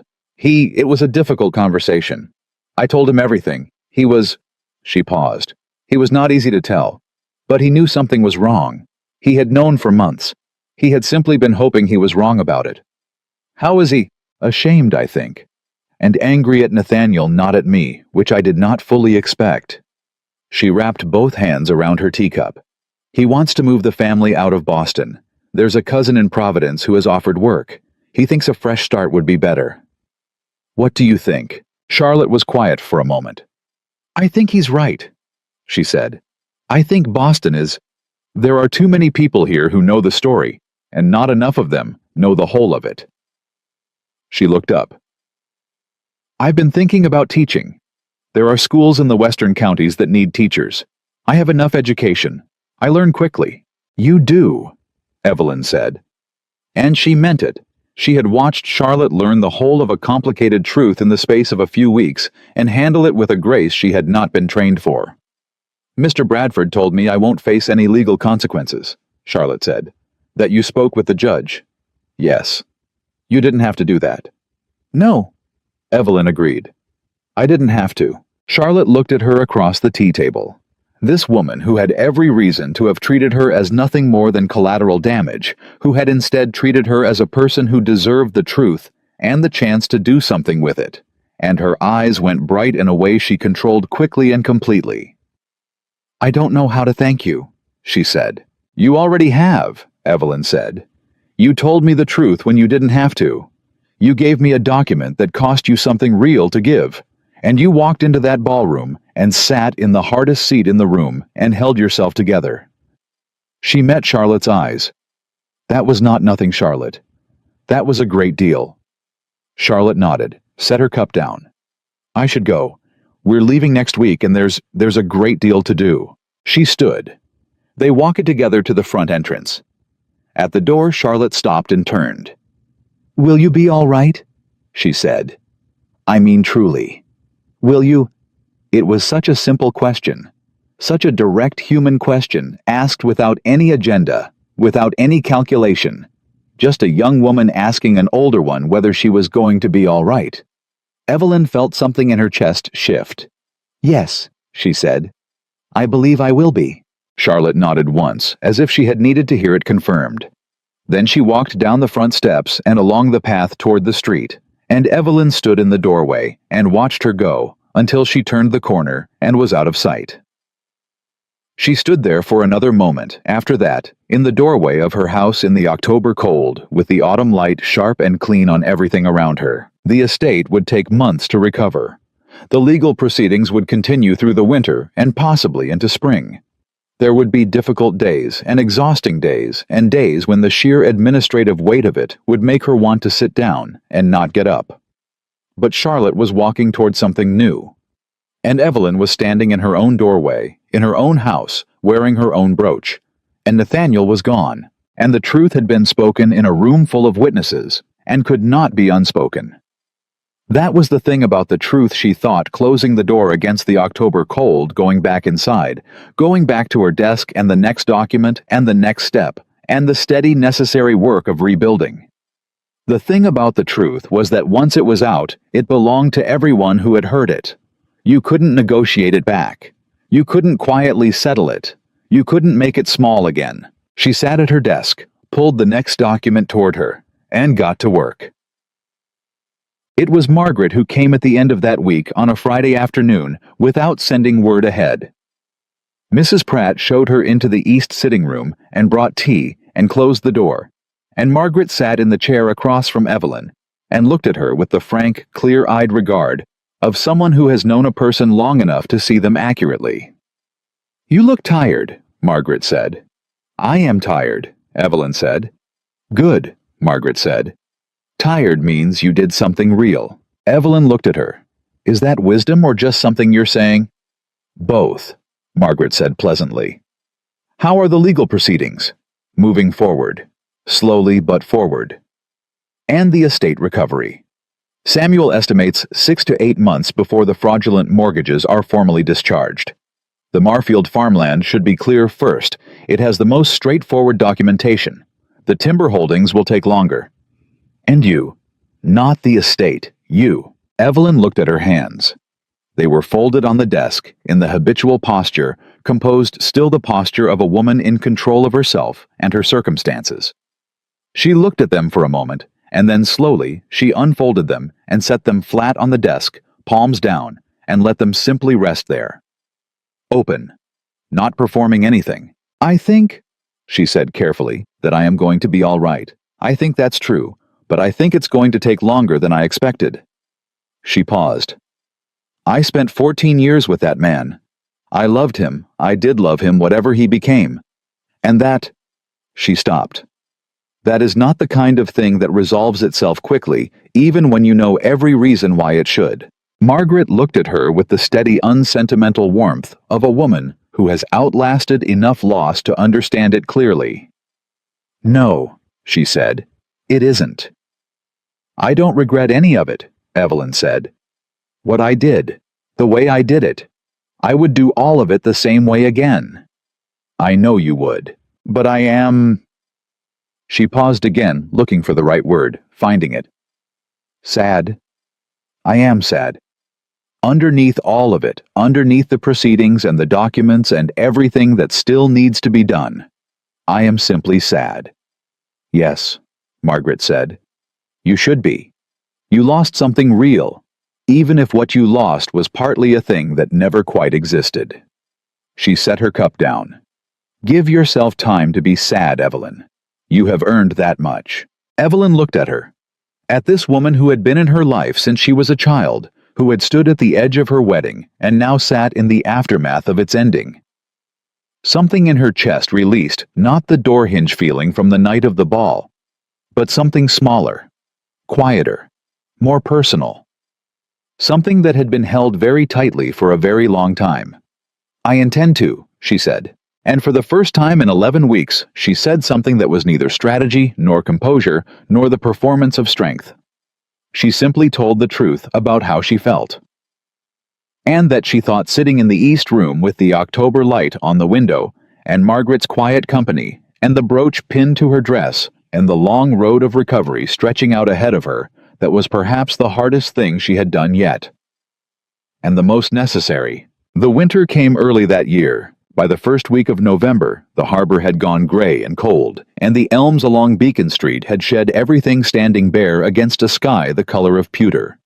Evelyn noticed the change, the way she noticed most things now fully without rushing past it, without the old habit of moving through the present moment toward the next obligation.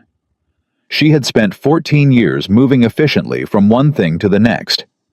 She was learning slowly, and with some difficulty to stop. The legal proceedings moved on their own schedule, which was slower than she wanted, and faster than Samuel had predicted. Judge Harriman ran a precise courtroom and had no patience for delay tactics, which Nathaniel's newly retained attorney attempted twice and abandoned after the second attempt produced nothing except the judge's visible irritation. The fraudulent mortgage documents were entered into evidence in the second week of November. The signature analyses were presented the week after. The testimony from Crowell's former clerk, a thin, nervous young man named Abbott, who had clearly been waiting years for someone to give him permission to tell the truth, lasted 2 full days and was by Samuel's account devastating. Evelyn attended every session. She sat in the gallery with Samuel on one side, and on 3 occasions Margaret on the other, and she listened to the full architecture of what Nathaniel had built and dismantled and rebuilt and hidden, and she did not look away from any of it. She had decided early on that she would attend. Some people, Gerald Howe's wife among them, Patience Aldridge among them, had suggested gently that it might be easier not to, that the distance might be kinder. She had thanked them and gone anyway. She was not looking for easier. She was looking for complete. Nathaniel sat at the defense table with his attorney and did not look at her. Not once in 3 weeks of proceedings did he turn toward the gallery. She had expected this, or something like it. He was a man who moved forward, always forward, who found looking back unbearable, but sitting 10 feet behind him, and watching the set of his shoulders, while the evidence dismantled everything he had constructed, was a different kind of knowing than she had anticipated. It was not satisfying. It was not cruel.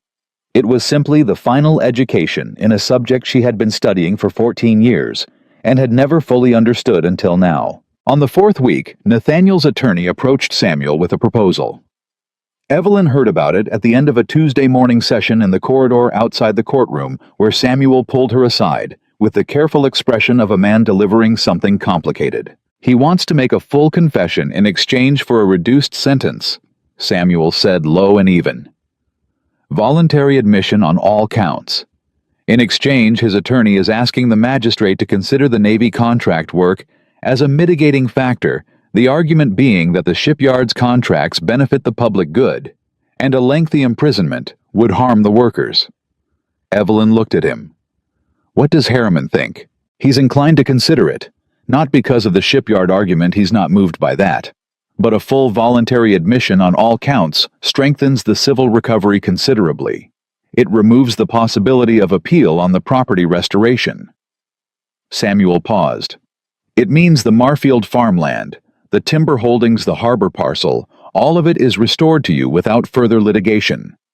The Atlantic Meridian assets are formally dissolved and distributed to the creditors, which includes the estate. And Nathaniel, 2 years in the county jail, followed by 5 years of supervised restriction on any property or business transactions. Samuel held her gaze. He will not be able to rebuild easily. He will not disappear to Salem and start again. Every financial move he makes for 5 years will require legal oversight. Evelyn was quiet for a long moment. People moved past them in the corridor, clerks' attorneys, a pair of young men with document satchels, who glanced at her and then away with the quick discretion of people who recognized her and understood they should not appear to. "Is the admission complete?" she said. "Every count, every property. Atlantic Meridian, the forged signatures, the transfer document with Charlotte. All of it." His attorney has confirmed all of it, yes. And Abbott's testimony. Does the admission include confirmation of what Abbott said about Crowell's involvement in the earlier cases? The other families? Samuel looked at her with a sharpened attention. "You want the other cases included? If Crowell has done this to other families, if there are women in this city who lost property the same way I did and accepted quiet settlements because they had no Samuel Bradford and no Margaret Livingston and no 11 weeks to prepare, then Nathaniel's admission needs to confirm Crowell's pattern. Because that is what opens the door to those other cases being reopened." "Evelyn," Samuel said carefully, "that is beyond what his attorney is offering." "Then it is not yet a complete offer," she said. "Tell them that if the admission does not include a full confirmation of Crowell's involvement in prior fraudulent transactions, I will not support the reduced sentence arrangement. The full proceedings continue." Samuel looked at her for 5 full seconds. "You understand that continuing the full proceedings means another 6 to 8 weeks, he said. "Yes." "And the estate recovery is delayed accordingly." "Yes." "You are willing to wait 6 to 8 more weeks for those other families to have what I had?" She met his eyes without any ambiguity. "Yes, Samuel, I am." He held her gaze. Then something in his expression settled that familiar combination of admiration and slight awe, and he nodded once and went back into the courthouse. She stood in the corridor for a moment. Then she put on her gloves and went outside into the November cold, and stood on the courthouse steps and breathed. A woman walking past with a market basket glanced at her, a middle-aged woman plainly dressed carrying her own burdens in the frank way that working women carry things, and their eyes met briefly, the way strangers' eyes sometimes meet on a street with no particular reason and no particular meaning. Except that the woman nodded, a small nod, the kind that says, "I know who you are. I know what you're doing here." "Good." Evelyn nodded back. Then she went down the steps and home. Nathaniel's attorney agreed to the expanded admission 3 days later. It took 2 additional days to draft, review, and certify. Samuel went over every line 4 times. Evelyn went over it twice herself in the East Room at midnight with a candle and her reading glasses, and the complete file open beside her for reference. When she was satisfied that every word was accurate and every case referenced was correctly documented, she signed the supporting affidavit and sent it back. The formal admission was entered on a Thursday morning. She was in the gallery.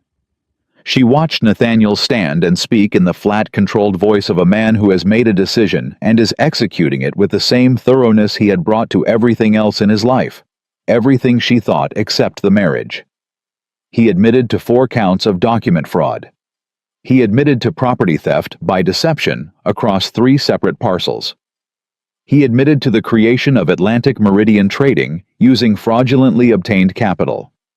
He confirmed in specific and damaging detail his knowledge of James Crowell's prior history and his deliberate choice to engage Crowell precisely because of that history. When he finished, the courtroom was very quiet. Then he turned. For the first time in 4 weeks of proceedings, Nathaniel Ashcroft turned and looked directly at his wife in the gallery. She had not expected it. She had told herself she expected everything, had prepared for everything. But this, she had not prepared for the full direct weight of his gaze across 10 feet of courtroom air with nothing left between them. No performance, no calculation, no carefully assembled expression. Just his face, which she had known for 14 years, looking at her with something that was too complicated to name and too honest finally to look away from. She held his gaze. She did not nod, did not speak, did not soften, and did not harden. She simply looked at him the way she had learned to look at difficult things fully, without flinching, without rushing toward any particular feeling about it. Then Judge Harriman called the courtroom to order, and the moment passed, and Nathaniel turned back to face the bench. She sat with her hands folded in her lap and breathed. It was over. It was truly, completely, Irrevocably over. Not because she hated him, not because she had destroyed him, but because the truth had been told in full, in a court of law, with witnesses and documents, and the complete weight of an honest record behind it. The truth that belonged to her and to the families Crowell had wronged, and to every person who had been owed an honest accounting and had not received one. She had given them that. That was enough. The twist no one had seen coming arrived 6 days after the formal admission. It came in the form of a letter from a woman named Dorothea Marsh. No relation to the seamstress Caroline, simply an unfortunate coincidence of surnames, who lived in Gloucester, and who had, after reading a brief account of the Ashcroft proceedings in the Boston Courier, written to Judge Harriman's office to report that her family had experienced a nearly identical situation 7 years prior involving a land transfer in Essex County, and a Salem attorney whose description matched James Crowell precisely. Harriman forwarded the letter to Samuel. Samuel brought it to Evelyn on a Monday morning, and she read it at her desk with the steadiness of a woman who has learned to receive information without performing her reaction to it. And when she finished, she set it down and looked at the window for a moment. "There are more," she said. "Harriman is already receiving inquiries," Samuel said. 3 more letters arrived at the courthouse this week from families in Essex and Middlesex counties, all describing similar circumstances, all naming attorneys who appear to be connected to Crowell's network. "A network," she said. "It appears so." She looked at the letter in her hand. Dorothea Marsh of Gloucester, a woman she had never met living 40 miles north who had lost something 7 years ago and had believed until last week that she had simply lost it, and that was the end of it. "I want to write to her," Evelyn said. Samuel looked at her carefully. "Personally, yes. I want her to know that what happened to her family was not an isolated incident, and was not her fault, and is not finished." She set the letter on the desk. "And I want you to speak with Harriman about whether the Crowell investigation can be formally expanded to include the prior cases." "That is a significant undertaking," Samuel said slowly. "Yes," she said. "It is. It could take years." "Yes, Evelyn." He leaned forward slightly. "You have just come through 11 months of the hardest legal and personal battle of your life. Your estate is in recovery.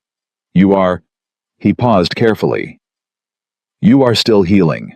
No one would expect you to take on Samuel." She looked at him with the same level, clear expression she had been looking at difficult things with for the past year.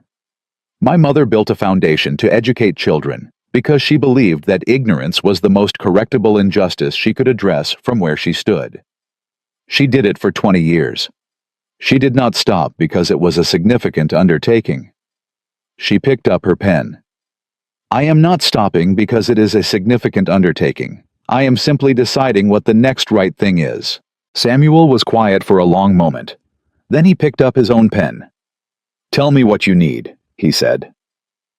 So, she wrote to Dorothea Marsh that afternoon. The letter was 2 pages. It was honest and specific and warm, without being false about the difficulty of what Dorothea was facing if she chose to pursue a legal remedy. Evelyn told her what she had done and how. She told her what it had cost not to frighten her, but because she believed women deserved to know the true cost of things before they committed to them.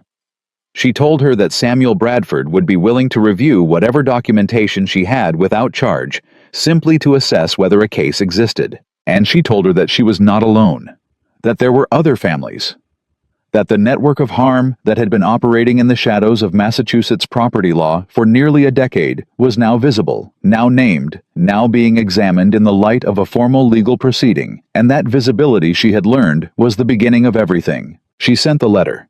Then she wrote 3 more to the other families Harriman had mentioned, different circumstances, but the same essential shape, the same offer of Samuel's review, the same honest account of what justice actually looked like when you pursued it carefully and completely. When she finished, it was nearly dark. Mrs. Pratt appeared in the doorway with a lamp and the quiet concern of a woman who has watched her employer work through too many evenings and is too professional to say so directly. "Supper, ma'am," she said.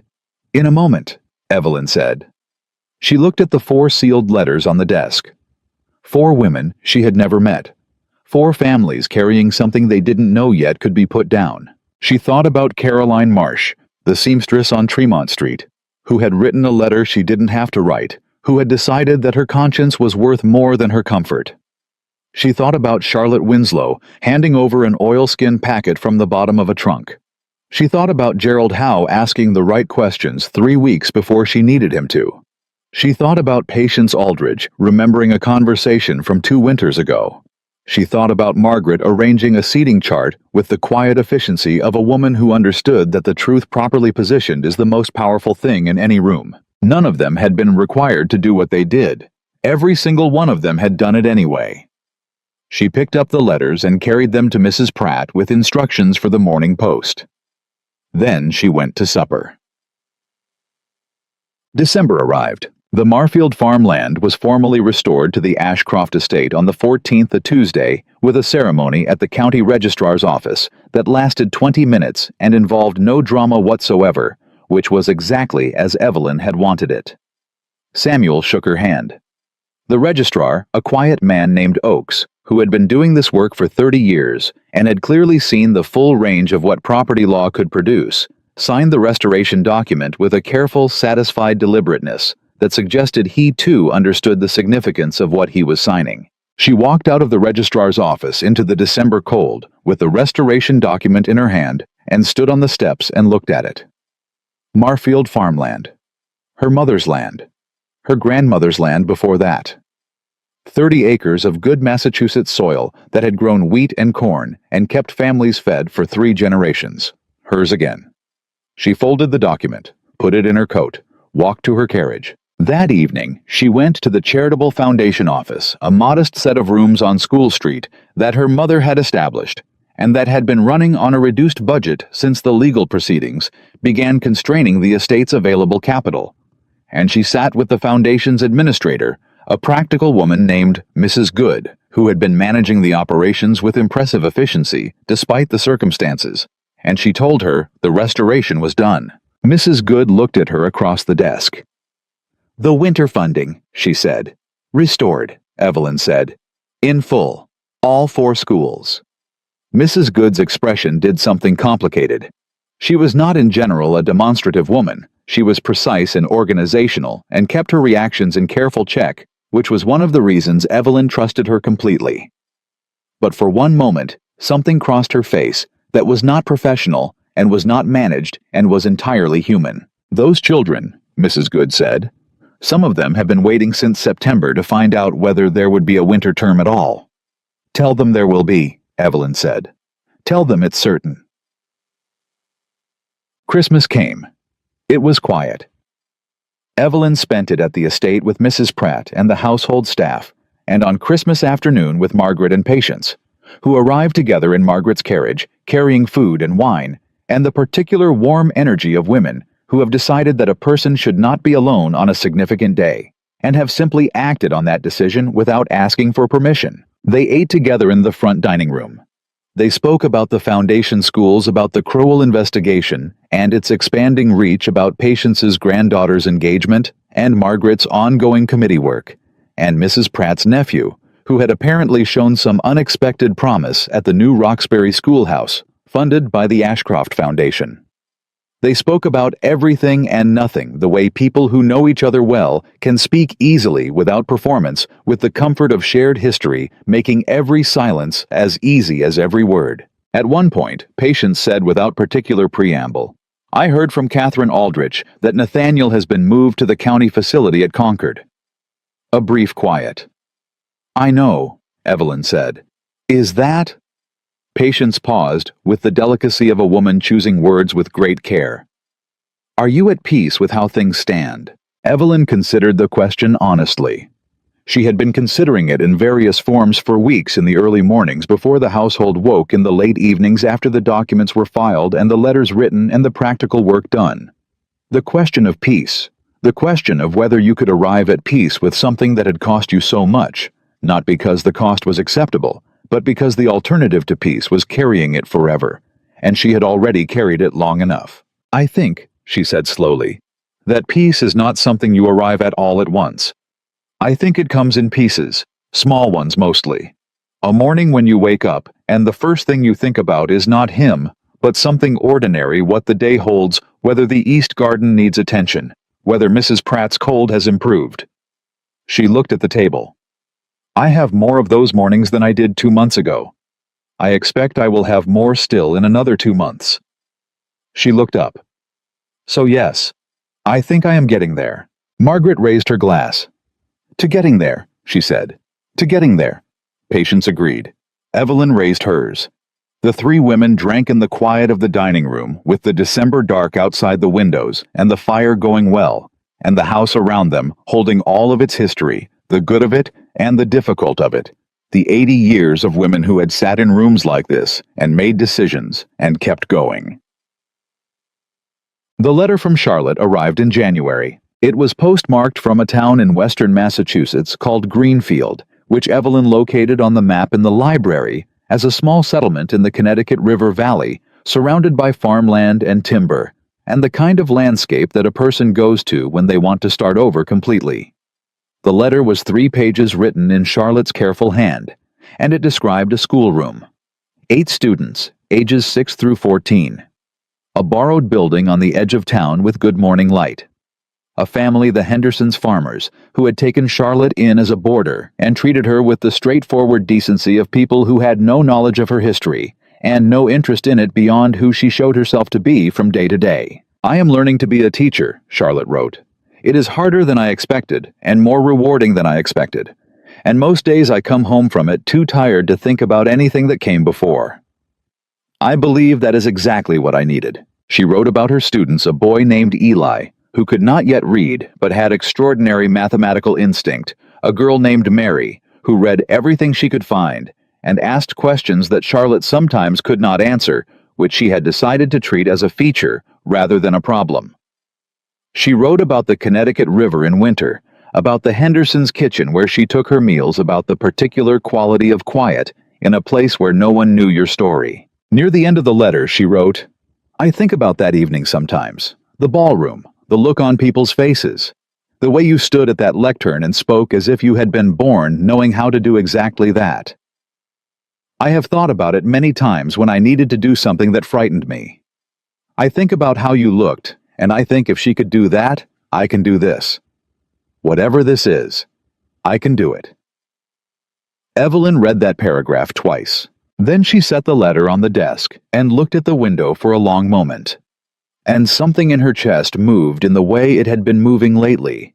Not the door hinge feeling, not the release of held tension, but something quieter, something that felt like being seen, like being known, like the particular warmth of understanding that the things you did when you were afraid and did not show it had mattered to someone who was watching. She wrote back that afternoon. 4 pages. She told Charlotte about the foundation schools, about Dorothea Marsh and the expanded Crowell investigation, about the Marfield restoration and the December morning at the registrar's office, and the way Oakes had signed the document with such deliberate satisfaction. She told her about Christmas with Margaret and Patience. She told her about Eli with his mathematical instinct, and said that in her experience, the children who could not yet read but understood numbers deeply were often the most interesting people in any room, and that Charlotte should pay particular attention to him. She did not write about Nathaniel. There was nothing to write about Nathaniel that needed to go into a letter to Charlotte. That chapter was documented officially completely in the records of the county court. That was where it belonged. She wrote instead about spring. About the Ashcroft estate in the spring, about what she was planning for the south garden, about the roses along the wall that would bloom again in June, and that she had decided to extend a new section along the east wall using cuttings from the original plants. A continuation of what her mother had started, larger than before, growing toward something. I hope Greenfield treats you well, she wrote at the close. I hope the schoolroom fills up. I hope Eli learns to read, and Mary finds every answer she is looking for. I hope the Connecticut River is beautiful in spring, and that you are standing on its bank one morning soon, and feeling without any effort at all exactly like yourself. She sealed the letter. Then she sat for a moment in the January afternoon with the quiet of the house around her, and the fire going, and the document case closed on the desk beside her, and the sapphire brooch on her dress where it had been every day since the night of the governor's ball where she intended it to remain. February brought the final document she had been waiting for. It came from Harriman's office, a formal certification that the investigation into James Crowell's prior activities had produced enough corroborating evidence to support reopening 3 of the 7 cases identified in the original inquiry.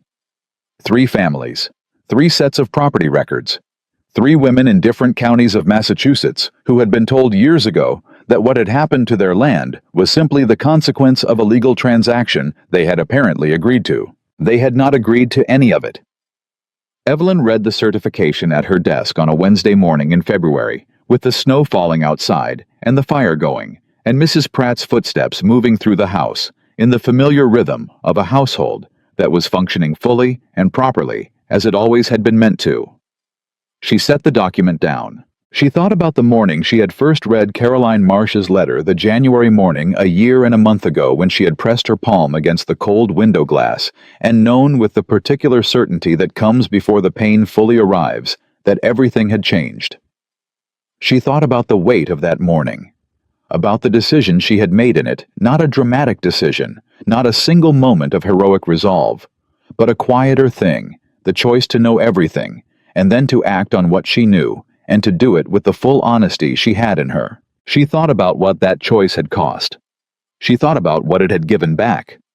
Not just the land, not just the legal victory, not just the restoration of property and name, and the quiet satisfaction of a record set straight.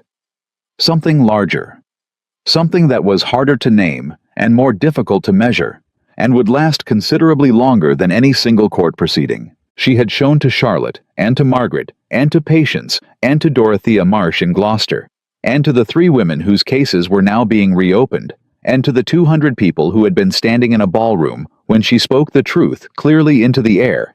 She had shown that it was possible to be wronged deeply, and to respond with precision instead of rage, with evidence instead of accusation, with the kind of patient, thorough, unbreakable commitment to honesty that does not make noise but cannot be argued with. That was not nothing. That was, in fact, everything. She picked up her pen. She began the next letter. Outside, the February snow kept falling on the Boston streets, on the harbor, on the Marfield farmland 30 miles west, where her grandmother had walked, and her mother had walked, and she herself had walked as a child, not yet knowing what the land would one day require of her. The snow fell on the courthouse where the records were filed. It fell on the schoolroom in Greenfield, where Charlotte Winslow was teaching 8 children how to read. It fell on the roses along the south wall of the Ashcroft estate, bare and dormant under their winter covering, holding everything they needed for spring without any visible sign of it, waiting, patient, certain of what they were. Samuel arrived at 10 o'clock as he did every Wednesday morning and found her already at the desk with the file open and the next set of documents organized, and her pen in her hand, and the particular quality of focused, purposeful stillness about her that he had come to recognize as her natural state. Not sadness, not hardness, not the performance of strength, but the real thing. The kind that does not require an audience or an occasion, the kind that simply is. He sat down across from her and opened his satchel. Dorothea Marsh's documentation arrived from Gloucester, he said. It's more complete than she indicated. There's a signed witness statement from her former neighbor that corroborates the timeline entirely. Good, Evelyn said. Add it to the Crowell file. And the harbor parcel restoration is on schedule. Oakes estimates the certification will be complete by March. Good. The foundation school's spring enrollment numbers are up. Mrs. Good sent word this morning. All 4 schools higher than last year. Evelyn set her pen down, looked at him, smiled genuinely fully without any performance in it at all. That, she said, is the best news I have heard all month. Samuel smiled back. I thought you'd say that. She picked up her pen again. Outside, the snow was still falling. Inside, the fire was steady, and the documents were in order, and the work was continuing as it always continued, as it would continue. Long after this particular morning was nothing more than one quiet day in the long history of a family that had stood for honesty when it cost something real to do so. Some things Evelyn Ashcroft had learned are not finished in a single dramatic moment. They are finished in the daily choosing. Every morning you get up and do the next right thing. Every letter you write to a woman you have never met.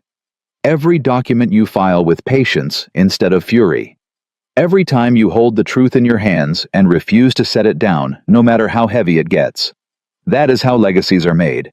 Not in the moment of triumph. In every ordinary day that comes after, when no one is watching, when there is no applause, when it is simply you and your conscience, and the next right thing to do. Evelyn had learned that. She had learned it the hard way, which was the only way that truly sticks. And she would carry it forward in her name, in her land, in the schools her mother built, and the cases she was reopening, and the roses she would plant in spring along the east wall. She would carry it forward into every year that remained to her, without apology, and without faltering, because that was who she was. That was who she had always been. And no one, not betrayal, not deception, not 14 years of a lie she had been too trusting to see, had ever managed to take that from her. No one ever would.